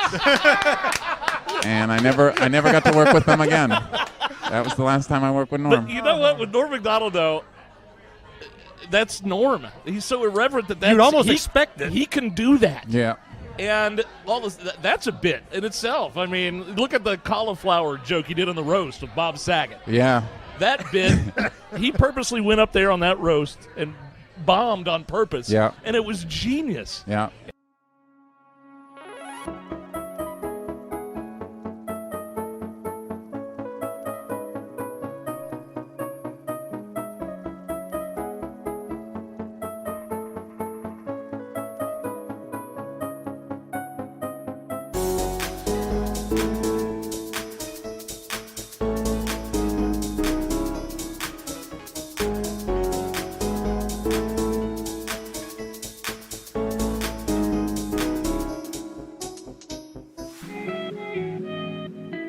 I saw your show 3 times over the last 2 days. The third time, last night, I was watching you, and in my mind, I was going, did he say that already this show, or was that the show before? And so does it ever get muddled in your mind? Well, it gets muddled that I change the order all the time. Yeah, you do and then that. But sometimes I think of stuff as I'm talking too, and so then it becomes something else all the time. But do you mean, do I think that, did I say this during the set itself? Yeah. Yes, I've thought that before. But I've thought that when, I used to think that when I did 2 or 3 shows in a row and on the same night. On the same night, yeah, and I had my set list, like, because I mix myself up all over the place, I definitely go, oh my gosh, did I say that? Or did I, because something occurs to me and then it reoccurs and then I go back to the first point and then, yeah, sometimes I get confused as to, that's a scary feeling. Have you ever repeated yourself? I think I've repeated myself because sometimes you can hear like a sort of a chitter, you know? A murmur that goes sounds through the different crowd. than a laughter. And then what I do is I try to just repeat everything as if I intended to. That's my default position. Genius. Everyone that meets you does an impression of you. What? You're one of those guys that you make such an impression on people that everyone that meets you does a Norm MacDonald. It's amazing how, like, some of your friends, like, you know, seriously, like those guys who came out of Saturday Night Live, like Sandler, you, Chris Rock. There's a lot of guys who sort of all of a sudden are like real big players. Yeah, Norm got his own TV show. Norm's doing well. What? What? Do you hang out with Norm, or is it impossible? It's pretty impossible because he's crazy. He is. In L.A., I call him and he goes, I go, what happened last week? I called you to go. You called me? And I go, yeah. On my phone? I go, yeah. And he goes, oh, yeah, I got that. I go, you didn't call me back? No. And he's serious. Yeah, he's crazy. And yeah, I know. Like, I have him on the show. I love him, though. He's the funniest guy around. I think you need to be kind of crazy to be really funny. He is very funny. Norm's walking into the bar. It was noon when he called me. It was 8:30 at night. It takes and he me. goes, I know. where are you going? And I'm like, I'm fucking hammered. I'm going home. He's like, I just got here. And I'm like, I know, you're 8 hours late. Like, well, have a fucking beer, right? Being weird. I'm like, I'm not. I want to go. I can't walk or see. I call up Norm. I said, Norm, you want to go to Palm Springs with me? It's a 3-day Jim McClain course. Yeah. So I pick him up. He rides out there with his feet out the window all the way, listening to Johnny Cash. Remember that? Yeah. And we get out there. And the next morning, I call him to wake him up to go. He's sound asleep. I got to call him like 3 times and knock on his door. And then he gets up and he goes, I can't find my shoes. He's like being a little kid. I saw you on Conan once, and you said crack whore and midget several times. Yeah. So then I did do a thing, full confession. I did Norm MacDonald as an alarm clock. And it was like, this is what it was. Wake up. Hey, wake up there. There's a crack whore and a midget in your bed. So I just thought that was really funny, right? What about the other impressions? Drunk guy comes up to him at the bar and goes, hey, aren't you Norma? And he's gone. He's just suddenly gone. None of this. Nora's back at the bar going, hey, what happened? What happened to that guy? Hey, where'd he go? Bad. That's right. Where'd he go? Pretty good. Well, I can get you down. That's pretty good. So kind of in here somewhere. That's pretty good. Yeah. This character is voiced by Norm MacDonald. Yeah, that's Yaphet. And that he's just a blob. He's a blob. Yeah. And how did you get Norm to do it? I love You Norm know, MacDonald. I asked him, do you want to be a blob? And he said, yeah, sure, I'll be a blob, sure, why not? Yeah, sure, I'll be a blob. That's how it happened. Is that really? Yeah. Are you buddies with Norm? I don't know Norm super well, but I've been a huge fan of his for many years. He's that guy who's, you know, for me, he's high on the list of SNL people. I'll just say, he goes, hey, look at that, not everyone's a real pain in the ass like you, and you're a screw. Nobody likes you. Nobody likes you. Nobody can stand you. I can't stand you. You ask around anyone. 3 seconds. And he just insulted him on such levels that was so wrong that I can't repeat. And Lily, when the sketch started, he turned and goes, imagine if you will. I just nailed it. Probably the funniest, smartest person I've ever met. I'll give you a story about Norm. When Dirty Work came out, the reviews weren't great. It's become like a cult thing, but especially up here. And the people are very affectionate about that movie, and I think that's a testament to Norm. I got to hang out with Chris Farley for like 2 weeks. And it was his last movie, and he was the funniest human being I ever met in my life. So him and Norm, Adam Sandler came up to do a part, Don Rickles, Chevy Chase. It was like unbelievable. It was great. So the review came out in my hometown paper. The critic said, Artie Lang has all the charm of a date rapist. Oh, my goodness. That's what he said. Okay, my They mother can write that? My mother read that. Oh, my gosh. So Norm, this is how smart Norm is. Within 3 seconds, this was Norm's response when I told him, because he thought I was upset. He goes, hey, man, that's fucking great. I said, what do you mean? He goes, a date rapist has to have way more charm than a regular rapist. Like, to think of something that witty right away. That's the kind of guy he is. You just laugh and...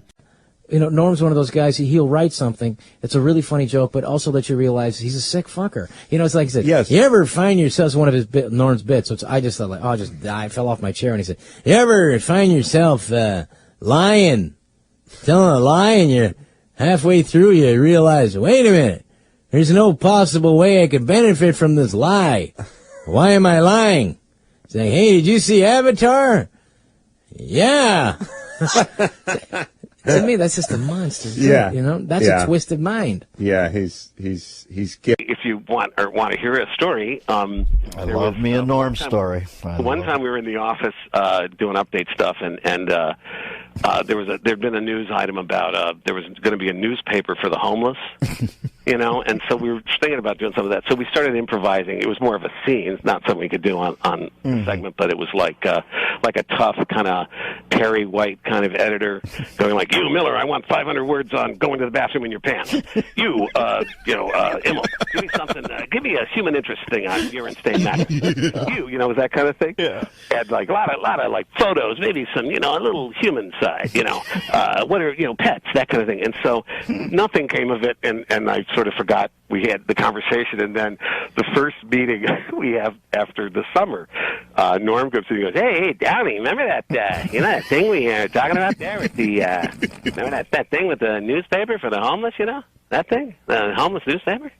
And I go, yeah. He goes, yeah, well, I was out in L.A. and I was asked to do this benefit, for the coalition to feed the homeless, and, and I'm going, no. And he goes, yeah, I did that bit, They hated it. Hated it. All right, you tell me now. That's the Andy Kaufman part of the joke, or is he actually surprised that they hated it? That's what I can't quite figure with look. I know. Well, you know what? I like Norm MacDonald. Let's give him the money for the week. I didn't even know he had a podcast. Oh yeah, dude, Norm MacDonald. Did you see him on Conan telling that moth joke? No. Yeah, you got to see it. No, I haven't. Dude, how many comics out there don't give a fuck, but kind of still do? You have to kind of still do to eat. That guy Norm truly doesn't. He's so fucking funny. One of my best opening monologue jokes ever. Did you ever see? Remember that whole thing when he was doing Weekend Update and they told him to make it funnier. So he didn't. He just was more Norm the next week. So eventually, of course, he gets fired. So then he goes off into the Hollywood world. He's got a TV show or a hit movie or some shit. So now they bring him back to guest host on SNL, and I'm going to butcher this, but he kind of came out. He's like, yeah, so people know I got fired from this show, so now they got me back hosting, which means either I got a lot funnier or this show sucks. That's what he opened up with, and I know that wasn't approved. Sorry for the bad Norm. I'll have Jay Moore on to make up for it. That was a great Norm. Norm, listening to Norm on Stern or anything, any podcast, listening to, I don't know if you remember when Charles Grodin would do Letterman, and just knowing he's going on there, that it was always a fucking great show. Oh, yeah, and people didn't get that he was fucking around. Yeah, that's amazing. How Norm is anytime. If Norm's the guest, I'm fucking... Hey, now listen, did I hear some rumble that Brother Sandler sent out Maseratis to the cast of Grown Ups? Did you reap the benefit?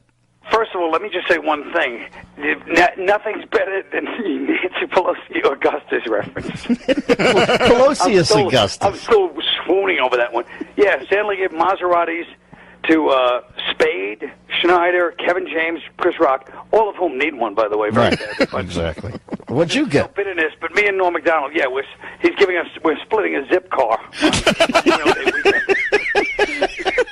And you split a zip car with Norm. It's like having one of those, those Christmas trees the drivers have that smells like North Slope Sensimilla.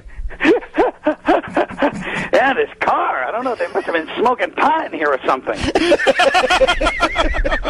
Norm cancels on us once every 2 weeks, and I almost enjoy it more than him showing up at this point, because he always wants me to talk to some ventriloquist puppet that he says is on the phone. A Holocaust tonight. What has happened to Norman? And then when he sees you, he's going to go, how come you never have me on your show? Nope. We tried to get you on. What? Nobody funnier, though. I mean, you got to give it to him. Nobody funnier. That guy, if I'm in a room with him for 10 minutes, they got to put the paddles on me because I flatline from. Now, what if Norm MacDonald Oh, my God. tried out for the floaters? Well, wait. Are we down a member? How did I get here? Who Norm, left? we want a Canadian. I'm Norm MacDonald. This is take 2. Now, I guess it's 2A or 3 now, Yeah, you're getting mired in this, Norm. I think you're floaters. You're up in your head. Just speak from your heart. Oh, you want me to let it flow? Float, yeah, float. All right. Really big butt. You met Trump recently, is that I right? met Donald Trump at a Is this a true story? Yes. Or is this one of your, he has a farm and a goat comes by? Because I'm not putting up with that shit. Yes. Oh, yeah. I saw Trump. Trump, he had a farm. He said, I want you to meet my donkey, he said. And I was like, well, Mr. Trump, I know you're running for president, but tell me more about this here donkey. Well, he says, if you want to see the donkey, you got to first meet my 3 daughters. Now, the first one's shy, the second one's sexy, and the third one has 1 leg. I'm making all of this up. I know. But this is exactly what you do. At the end.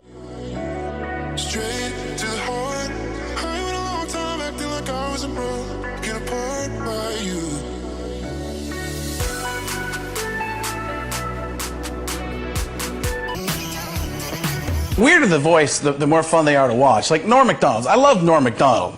Great comedian. But he's if you don't know who he is, he's the guy who's the theory. Who needs a punchline when you have the word crack whore? See, I said that. Oh, God, I just said it there, Is it offensive when I do you to you? No, you do it. You do It's it nice. exaggerated. It depends. Like some people. All my impressions Some are people nice. What about like they Frank do? Caliendo. He puts a comment in there. He's like, See, I don't see that. He's like, well, why you don't need a punchline if you say crack or. Yeah, I'm like, well, that's more of a comment, right? I can do an impression myself. Yeah.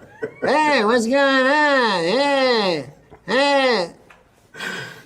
That's the I've never heard you say that. Hey, what's going on? Hey, what's going on? Yeah. Sounds like you doing an impression of Brewer doing an impression of you. Hey, Dave Jigman, Currently in a relationship, or are you playing the field? Oh my God. What the fuck? What are you retarded? Are you really having a relationship? Come on.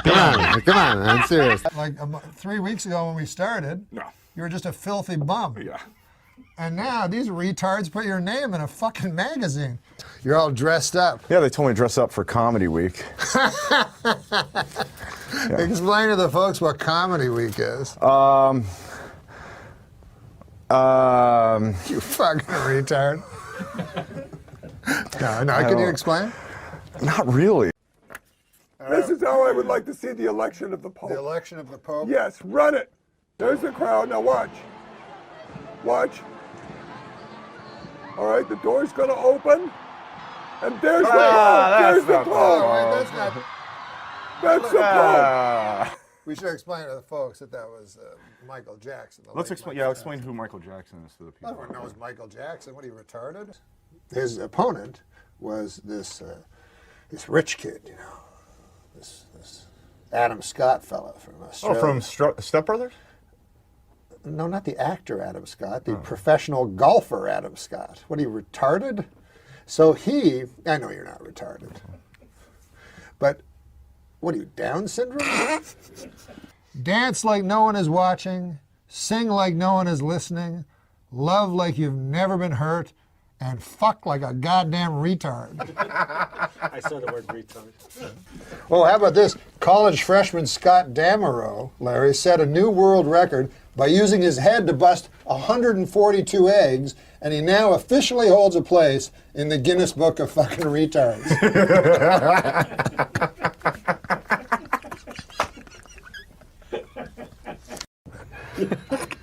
The parents of Honey Boo Boo are getting married this week. I don't know what any of that means, but it sounds fucking retarded.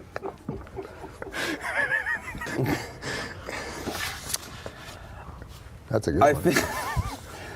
I think my doctor might be retarded. Why? His name is Dr. Retardo. Oh. It's a good chance. Jenny McCarthy recently got engaged to former New Kid on the Block Donnie Wahlberg. They plan to marry on Retard Island. Now, why couldn't I have gotten this one? What? You throwing me under the bus on the next one again? No, give me one of your better ones. I'll give you a good one. My brother-in-law is so stupid. My sister's brother? Right. Sister's husband. Sister's husband, rather? My sister's brother would be my brother. Okay, whatever. He came up with a bucket list. You know a bucket list? Oh, sure. You know what his first thing on the bucket list was? Committing suicide. Isn't that retarded? Huh? That's just stupid. Have you ever heard of the Falkland Islands? Rings a bell, but I don't know much about it. Oh, you're in it. I mean... And come to think of it, I got addicted to you. Oh, no, no, no. And come to think of it, I need somebody like you. Oh, no, no, no. I need someone like you. They opened a restaurant called Melrose Place on it, and then it's right beside my house, and every time I go out, there's all these retards, like tourists, and then these tourist retards, like they're always fat, and they're taking pictures, standing in front of this restaurant. Yeah?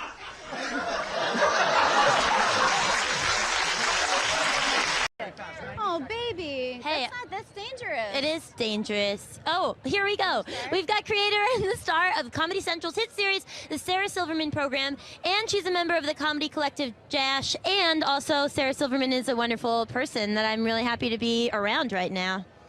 Thank you, Jenny Slate. Straight up, sunglasses. You know how I feel about you and about sunglasses. How do you feel? I feel good. I hope this our bit works out. We'll see. It'll be fun. Hey, Norm, thanks for dressing up. Hey, Sarah, listen, man. Congratulations. That's the 100th time that joke's been done tonight. But I also want to tell you, I have a bet with Daniel Kellison, a rather large figure. Daniel Kellison, who put this whole thing together, way over his head. He says you can explain what the fuck Jash is. Jash is pay up, fucker. Jash is a comedy collective, a United Artists, if you will. Uniting myself, Reggie Watts, Michael Cera, and Tim and Eric. And what do?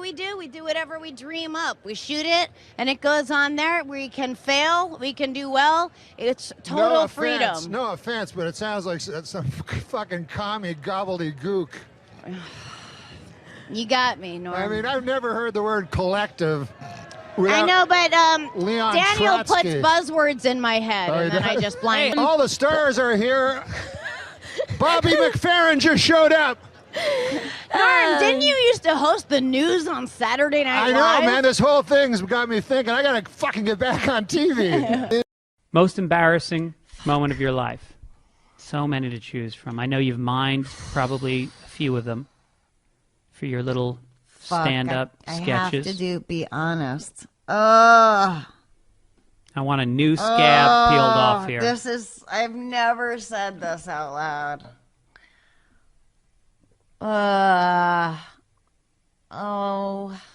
want people to see me in a sexual way, but I was on SNL the year I was at SNL, but I was in Los Angeles for hiatus for some reason. I didn't live here.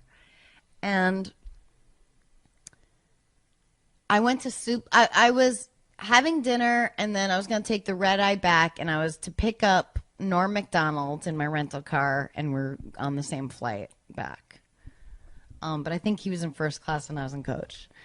So I went to Soup Plantation before and had dinner with some friends, and then it just hit me like your story that I don't know if you told while we were doing this. Yeah, 5 pound weight dropped down in your belly.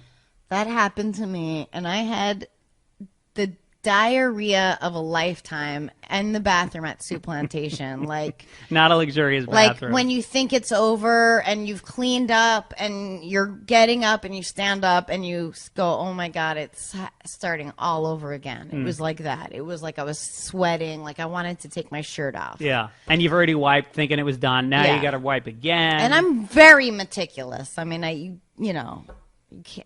front to back? Yes. Okay. This just made me think of Harris Whittles said about Rob Schraub that most people wipe front to back, he wipes side to side.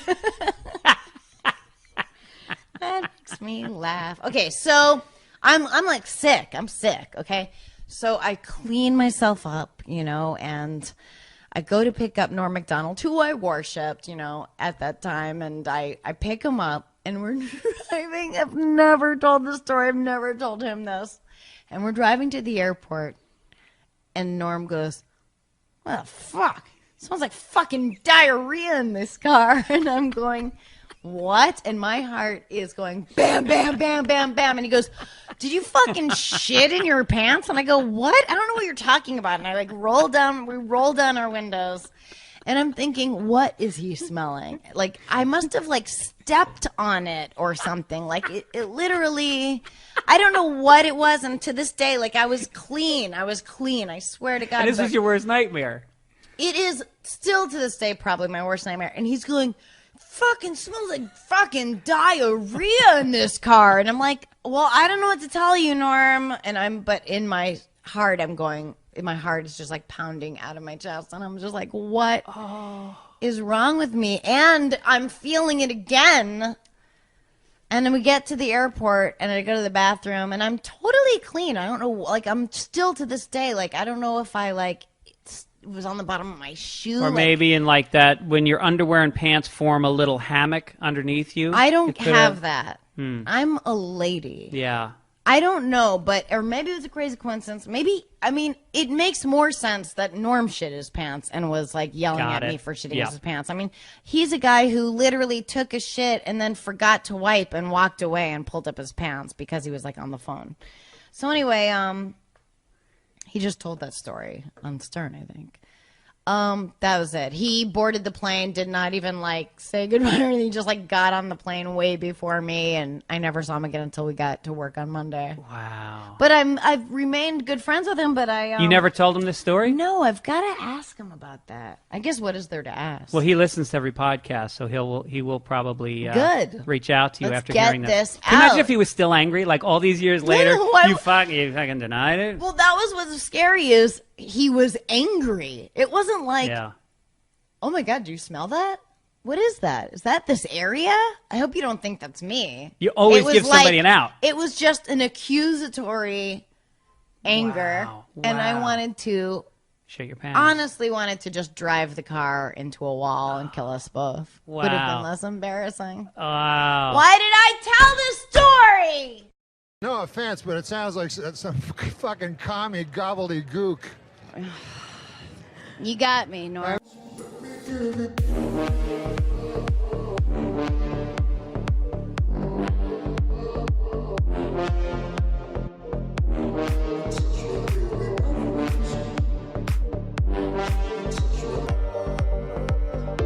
I just want the new people.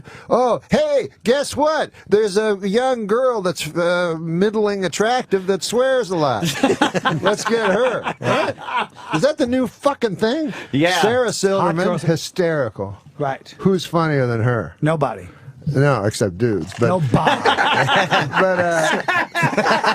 I think she spawned these other ladies that they forget that she's funny, and they think the whole point is just to be semi-hot, attractive, and then talk about sucking cock. And you got to show a shit. lot of leg. You got to show a lot of leg with little skirts on, and then talk about sucking cock and manipulating balls with your hand, and it's hysterical. Bring back Phyllis Diller. Some ugly old bag. Rosemary. Those are the funny ladies. Wow. Whoa, that is old. The funny ladies always used to be ugly old bags. Or Roseanne. You know what I mean? I don't even know what's wrong with hypocrisy anyways. What's the problem with hypocrisy, you know? People always against it. Go, you know what I hate worse than anything? Hypocrite. But imagine your life if you weren't a hypocrite, you know what I mean? Like if you had a kid, you go, okay, Billy, you're 7 years old now, you know what I mean? And then you tell him who you really are.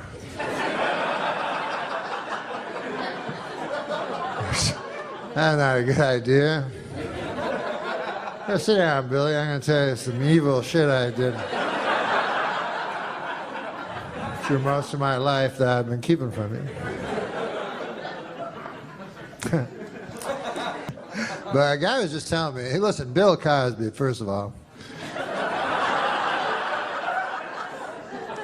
is my hero ever since I was a kid, because I always wanted to be like him, and I got his albums, tried to emulate him, but I didn't like his stand-up, but I like the way he was as a man. Because this was before. They didn't say he was a rapist on the fucking liner notes of the albums, you know? That's my buddy said. He said, the worst part about Cosby was he was a hypocrite. And I said, I don't think that was the worst part.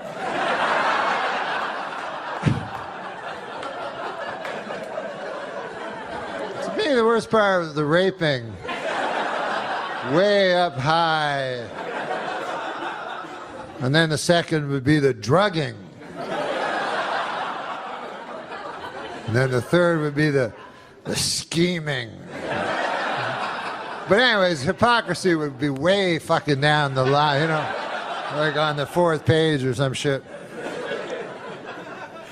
Like, I'm no expert, but I think probably most rapists are hypocrites. You know what I mean? You don't meet a lot of guys who go, I like to rape, I don't give a fuck. I know it's not a politically correct thing to say, but I like raping. Go, God damn, at least he's not a hypocrite. That's the worst. That's the worst part of it. But he,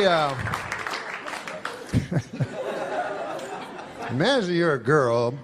Some of you will be easier. No, imagine you're a girl, you're in a gift shop in Vegas or some shit, go, I'm going to buy this snow globe for it's the most famous guy ever, Cosby, you know, Cosby's there, and he's like, you want to go to my room? It's the biggest room ever. And so you go, yeah, of course I want to go to your room. Biggest star ever, biggest room ever, what the fuck? You don't even have to be a girl, you fucking go. And then you go up, and then you're like, fuck, look at this. I've never seen... And he's like, you want a glass of water? You go, yes, that would be nice. And then you go, why is it purple? Why is it fizzing? Like in a monster movie. Just drink it. It's famous people water. And you drink it, and everything goes fucking crazy and shit. And they come out of it, they're like, what the fuck? I was just in the gift shop. What's that? Cosby cock? I can swear that's a Cosby cock. That's impossible. A Cosby cock? Why would there be a Cosby cock in my face? Wait a second, I remember. I'll call for help. Hypocrisy! A man committed hypocrisy on me in room 10304-204. There's too many numbers in the hotel room.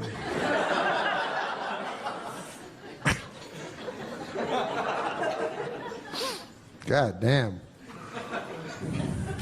Cosby. But when you think about that show, people go hypocrite and shit. But in a way, when you think about the show he had a regular fucking life. But then what was his job? He looked in women's pussies and stuff. And you never saw it. They never showed you that part. So in a way, maybe he wasn't a hypocrite.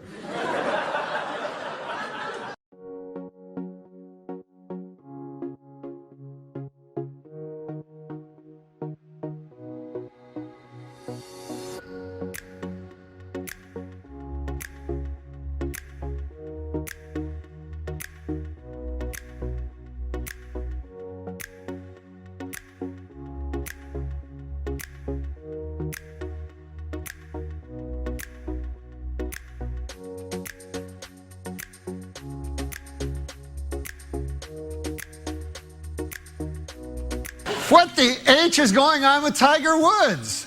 As we all saw on Sunday, the guy can't even sink 3-foot putts at Augusta anymore. Why? Because we are still in his head. That's why. When I first heard about the scandal, like everybody else, I was shocked. You know, I was like, hey, wait a minute. Are you telling me that Tiger Woods, the $6 billion man, the greatest athlete in the world, the super handsome, charismatic guy, you're telling me that guy likes to lie down with ladies? I don't buy it. I don't buy it for a minute. Then, when it was proved true, I got all self-righteous. I was like, I don't like hypocrites. He's a public figure, and that's not how he presented himself in public. He always presented himself in public as a golfer. I didn't know he was leading some kind of double life where he golfed by day and then laid down with ladies by night. If I'd known that, I never would have bought the Buick. Now I'm driving around in my Buick with everybody snickering at me.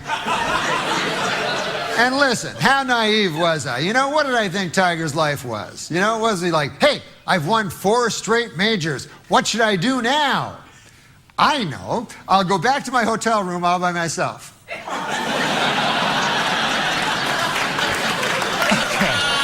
Okay, here I am in my hotel room. Let me just close my hotel room window. Too many ladies chanting my name out there. I know, I'll order some room service. Hello. Yes, I'd like to order... hello, Nicole. I'd like to order a chicken breast sandwich. No, if I wanted a job to end all jobs, I would have asked for one. I want a chicken breast sandwich with a pickle.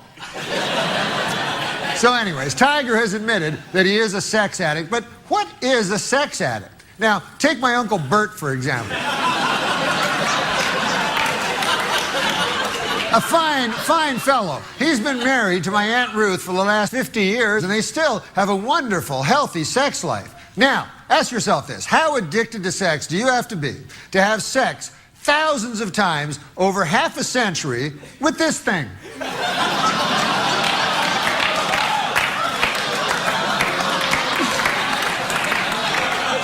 If you're looking for a sex addict, I'll give you a sex addict.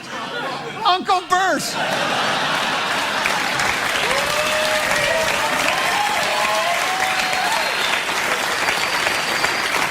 Now, also, Tiger is different than you and me. Now, how many chances do we have in our life to commit adultery? Maybe 10. So if we stray once...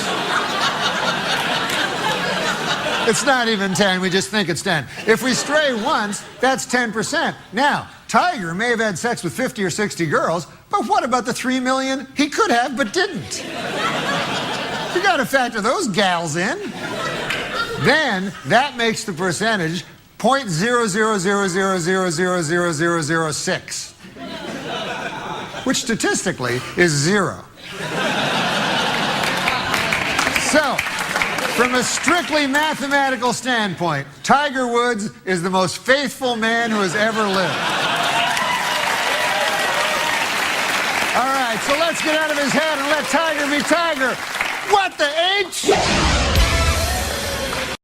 I'll tell you how I watch Saturday Night Live. I tune in about 5 at midnight to watch Norm do the news, and now I hear that he's been fired from the show. You are the shining light on Saturday Night Live. The best part of Saturday Night Live is when you do the news. Right. And in fact, when I went on Saturday Night Live, I only wanted to be on the news. I refused to be on any of the sketches. And you actually said this. And I said, the rest of Saturday Night Live sucks except for Norm. Yeah, that was great. That was great, right? Turned out you were completely wrong.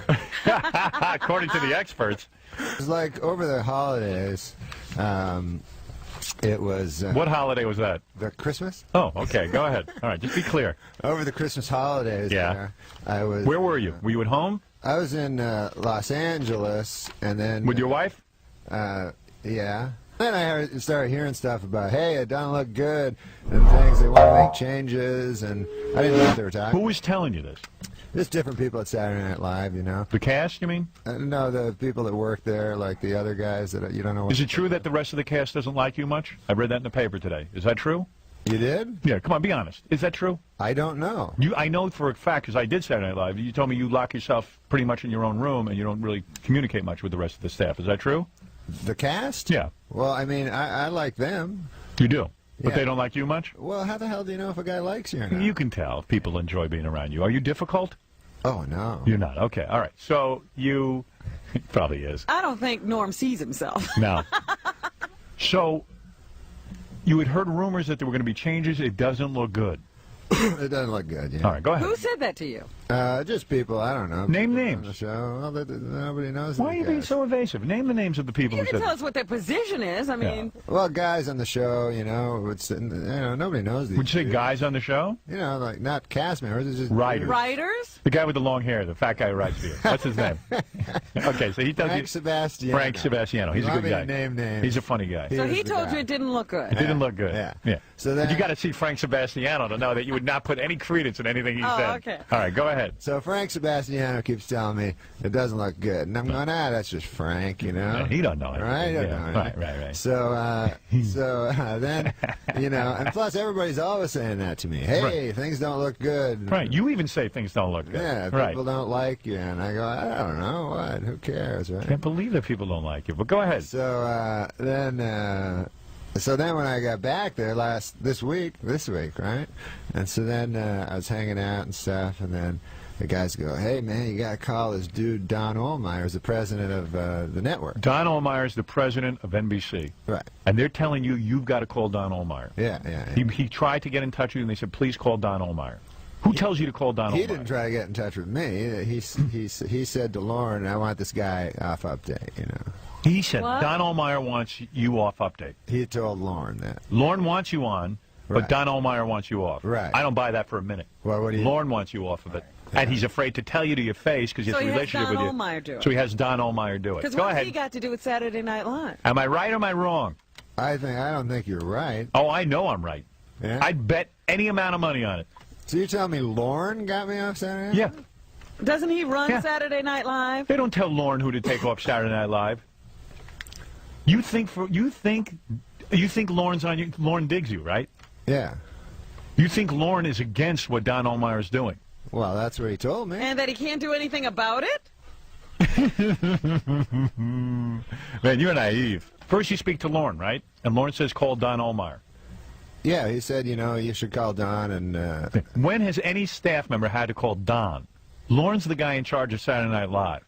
Why do you have to call Don Ohlmeyer? Well, he's like apparently I don't even know what the guy is. Yeah. He's the president of the whole network. Yeah, but when any other instructions about what you're doing happened, where did they come from?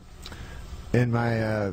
In your tenure there. Who talked to you about what was going on? Answer the question. It was Lauren. Right. Fine. So why now are you talking to Don Ohlmeyer? Because Lauren doesn't have the balls to tell you he wants you off Weekend Update.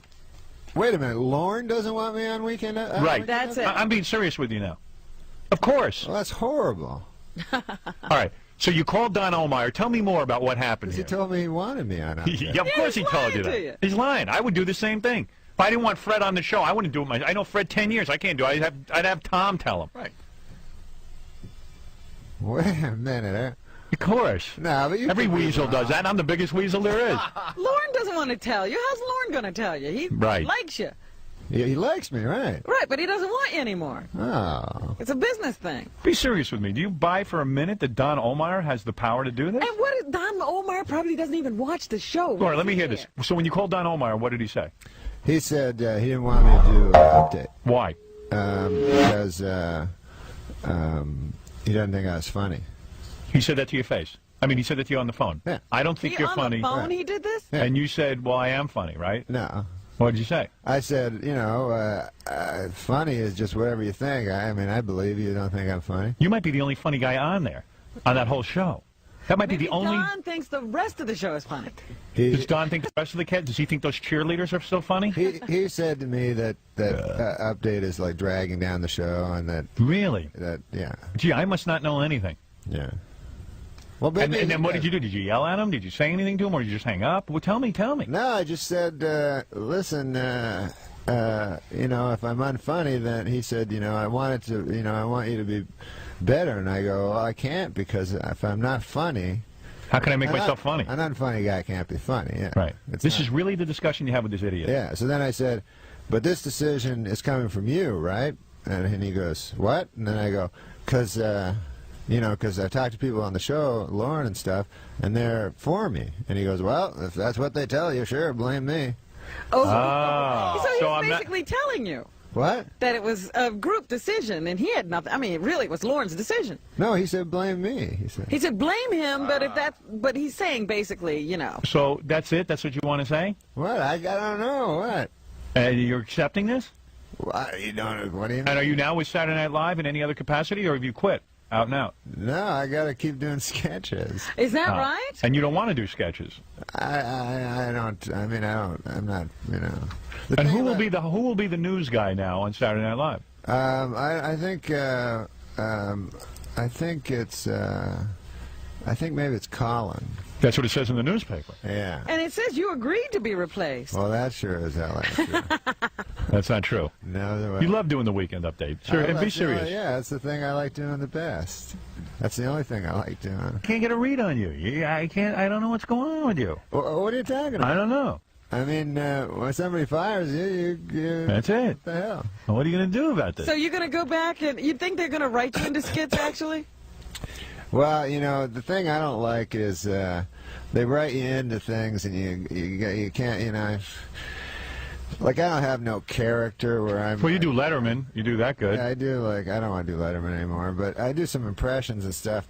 But sometimes they write you in sketches, and this is what they didn't do when I was on Update, because I had Update. Yeah. But all of a sudden, you got to be like...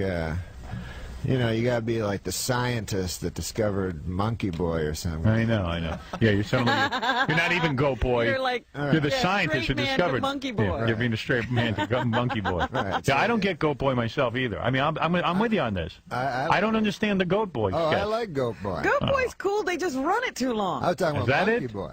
Monkey? Oh, you don't like Monkey Boy. Monkey Boy Okay. you don't like, Yeah, huh? I'm with you. I agree with you on Monkey Boy. Yeah. Nobody likes Monkey Boy. I say, after the makeup, what's up? Like, even those two women that do they do a sketch where it's public radio. Yeah. Yes. The first time they did, I said, man, that is brilliant. Yeah, That is public radio. Now they've done it 87 times, and I'm like, well, nowhere. yeah, I mean, I'm immediately out of there, and I just come back when Norm's on. Well, sometimes they do that. You know, like I did impression of Letterman on the show. Yeah. And then they want me to do it again. I said, I don't want to do it again. I already did it. Yeah. You know And what you I feel like mean? you're beating the guy up after a while. And plus, it's only funny once. Right. Like, do it once, everyone goes, it's brilliant, Yeah, and then figure something else And then out. if there's another reason for it, you just don't write something to have Letterman on again. And then, like, even the cheerleaders, first time I saw that, I said, man, that's brilliant. Yeah. Or Perfect even those send-up of guys who bobbed cheerleaders. their heads, you know, that was funny the Brilliant. first couple of times. Yeah. Now they're making a movie out of that. Oh. Yeah. It's insane. It's insane. The world is insane. Don Omar is a good man, though. I mean, Boo, man, don't kiss the corporate ass that just fired you. Yeah, but he He's not a good man. He's a coward. He said you're not funny. Why? He said you're not funny, number one, which you are. He's a skunk. look, He's a skunk. Listen, I've heard all kinds of Dude. horrible stories about Don Omar. A guy calls you up and tells you you're not funny. You're a performer who makes his living being You've funny. been doing it for 4 years. You're not funny. You think that's a delicate way to tell a guy he's fired? How about saying we just want to make a change, we feel like it's getting a little stale, something like that. But you're a very funny guy. Can't say that. He has to say to your face, you're not funny. That's what he thinks. I'd rather hear that than what. So why do you say he's a nice guy? So why is he a nice guy? That's not nice. He just seems like he stuck by his OJ, you know, he stuck by his friend. There you go. Yeah, Don Omey's the guy who stuck by OJ, isn't he? Well, I would say he was a good judge. Yeah. Of anything. Don Omeyer likes OJ. Yeah, he wanted to put OJ on TV and have him redeem himself. Don't tell me he's a good guy. I just feel like Don Omeyer's like gone through a lot of problems. He was, you know, he was. People said he sexually harassed women, and he went to, you know, that he was a drunk and all this stuff. Who said that? Well, he went to rehab. He did? Yeah. This is a really good way of like introducing all of that and still saying he's a good guy. No, he is a good guy. You are an amazingly calculated man. Yeah. Woo. Oh man. Vicious. You are vicious. Vicious man. Well, you don't think anyone's seeing through this? Dude. Not funny. What's the matter with you? I'm just saying, you know, that he's a guy that's taken some knocks over the You want me to call Don Omeyer right now and ask him if you could have your job back? Sure. Okay.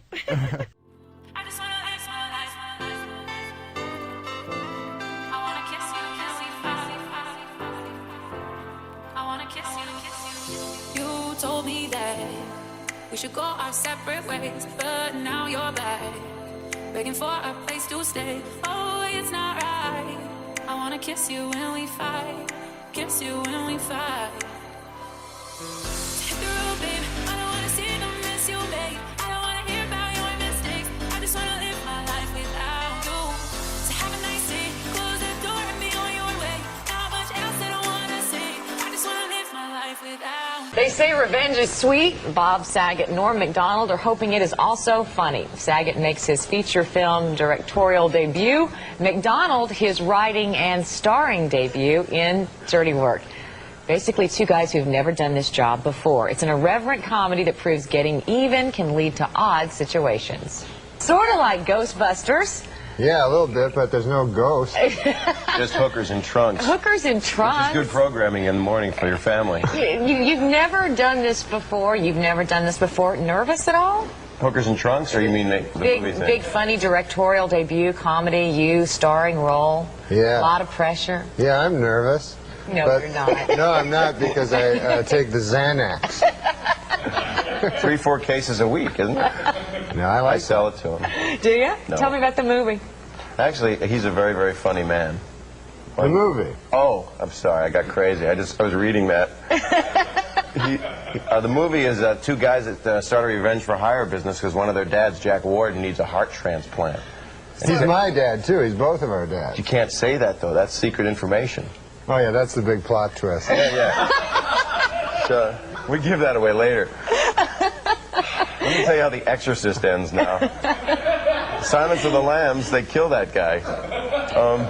Revenge. What do you know from revenge? Do you have any experience in your own life with revenge? Yeah, I always think up revenge is to get back at guys. Like if they screw me over, if they do something mean, you know. Really? Oh, all the time. Like this one guy, man. He would always. What's that? What you got there? A little article about you in a little feud with another network. Oh yeah. There's this character over on the NBC. He's the president, and he hates me. And why? He doesn't think I'm funny. Sorry, I shouldn't be laughing if you're not funny. No, yeah, I am funny. Yeah. He's very funny. I think he just doesn't know you. He's a jackass. What about Dirty Work, though? What about Dirty Work? Can I have that? Yes, matter of fact, yeah. That's a good thing. Okay, he shot to national attention as the witty acerbic anchor of Weekend Update on Saturday Night Live. Now he's starring in a brand new movie out called Dirty Work. Here's Norm MacDonald.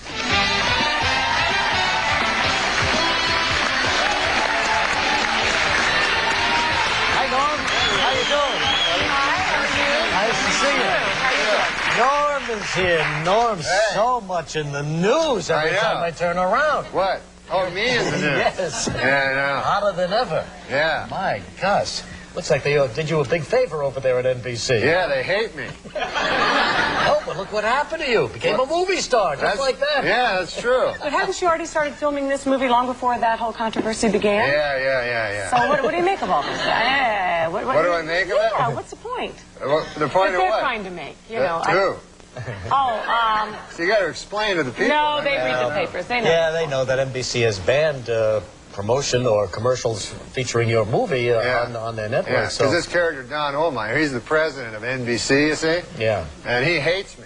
Yeah. But you've only met him one time, I understand. I've only met him once. So this is not a personal reason that he hates you. Yes, he hates me personally. But you like him, don't you? I think he's a fair enough fella. I met him once. He seems like a stand-up guy. I don't hate anybody. That's you right. know Don Ohlmeyer? I've met him a couple of times, sure. He seems like a nice enough Yes, fella. absolutely. And I don't, you know, put it this way. His best friend is O.J. Simpson, right? Now, if you can like O.J. Simpson, you can like me. You know what I mean? I wonder what it is about you. I mean, he has his foibles, O.J. Yeah, sure. Don't we all? I love that word, foibles. Although I think O.J. is kind of rehabilitating himself. Did you see where he's stabbing that woman with a banana? Have you seen that? At least that one doesn't That's a really lot harm. better. That's, you know, it's not a step sharp forward, it's isn't a step forward. But these gay guys, man, I was reading, you know about the... These gay guys. I haven't even said hi yet. All right.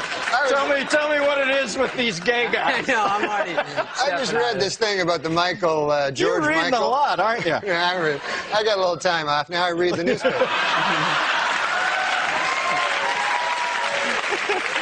And this really strikes me about the gay community. I don't know if they're a community, but It's called West Hollywood. yeah, they're gay, and it's, you know, George Michaels. He hangs around the bathroom. He has sex with multiple guys.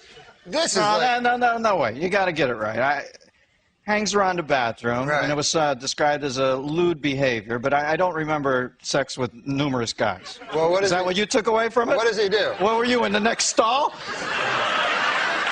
I could have been just having a nice bathroom regular thing. I don't know what lewd behavior is, but I don't know that he was in there with numerous guys. But this anyway, is go ahead. We get the gist of it. This is definitely a gay thing, like, because this is a pop superstar. You know what I mean? You're not going to walk into a bathroom and all of a sudden Farrah Fawcett's like, ah, you know? You're not going to... What? I love it. What I'm saying is, why would a famous What was she doing? What was that? Some sort of cervical belt sander thing, or what was that? Oh, Christ, what are you, Linda Blair? They do. That's what they do. Right? That's what ladies that I know do.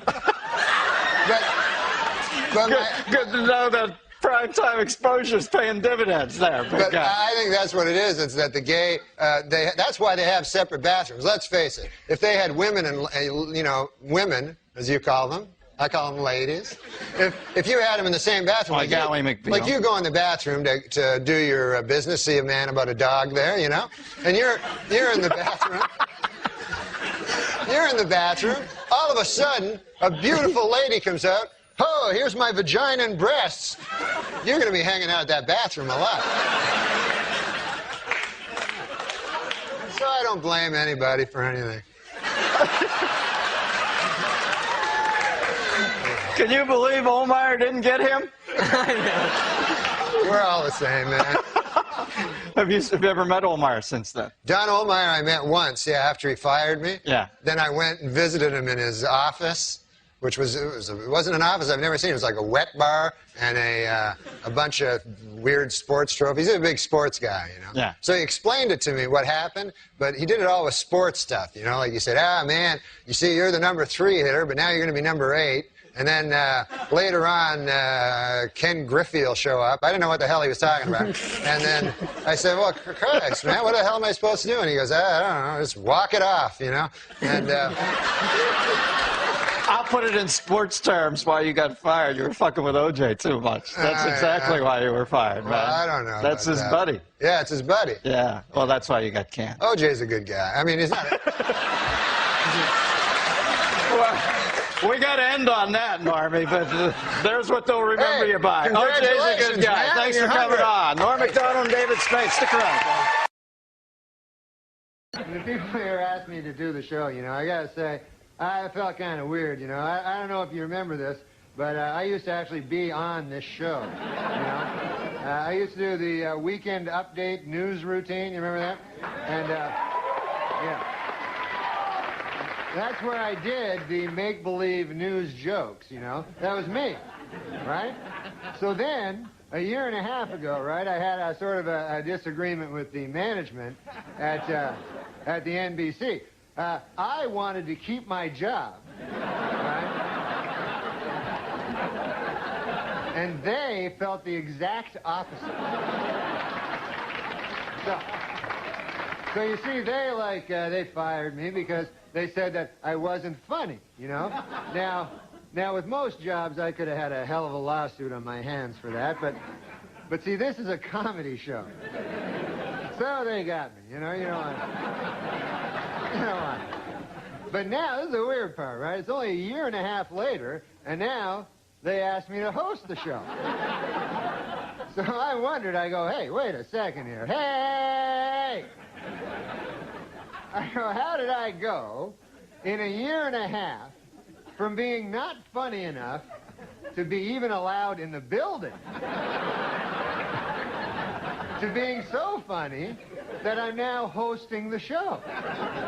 How did I suddenly get so goddamn funny?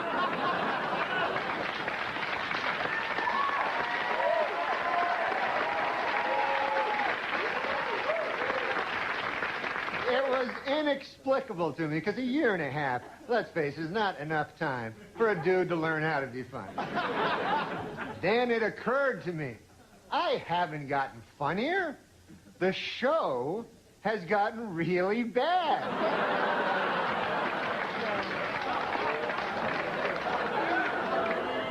So yeah, I'm funny compared to, you know, well, you'll see later. Okay, so let's recap.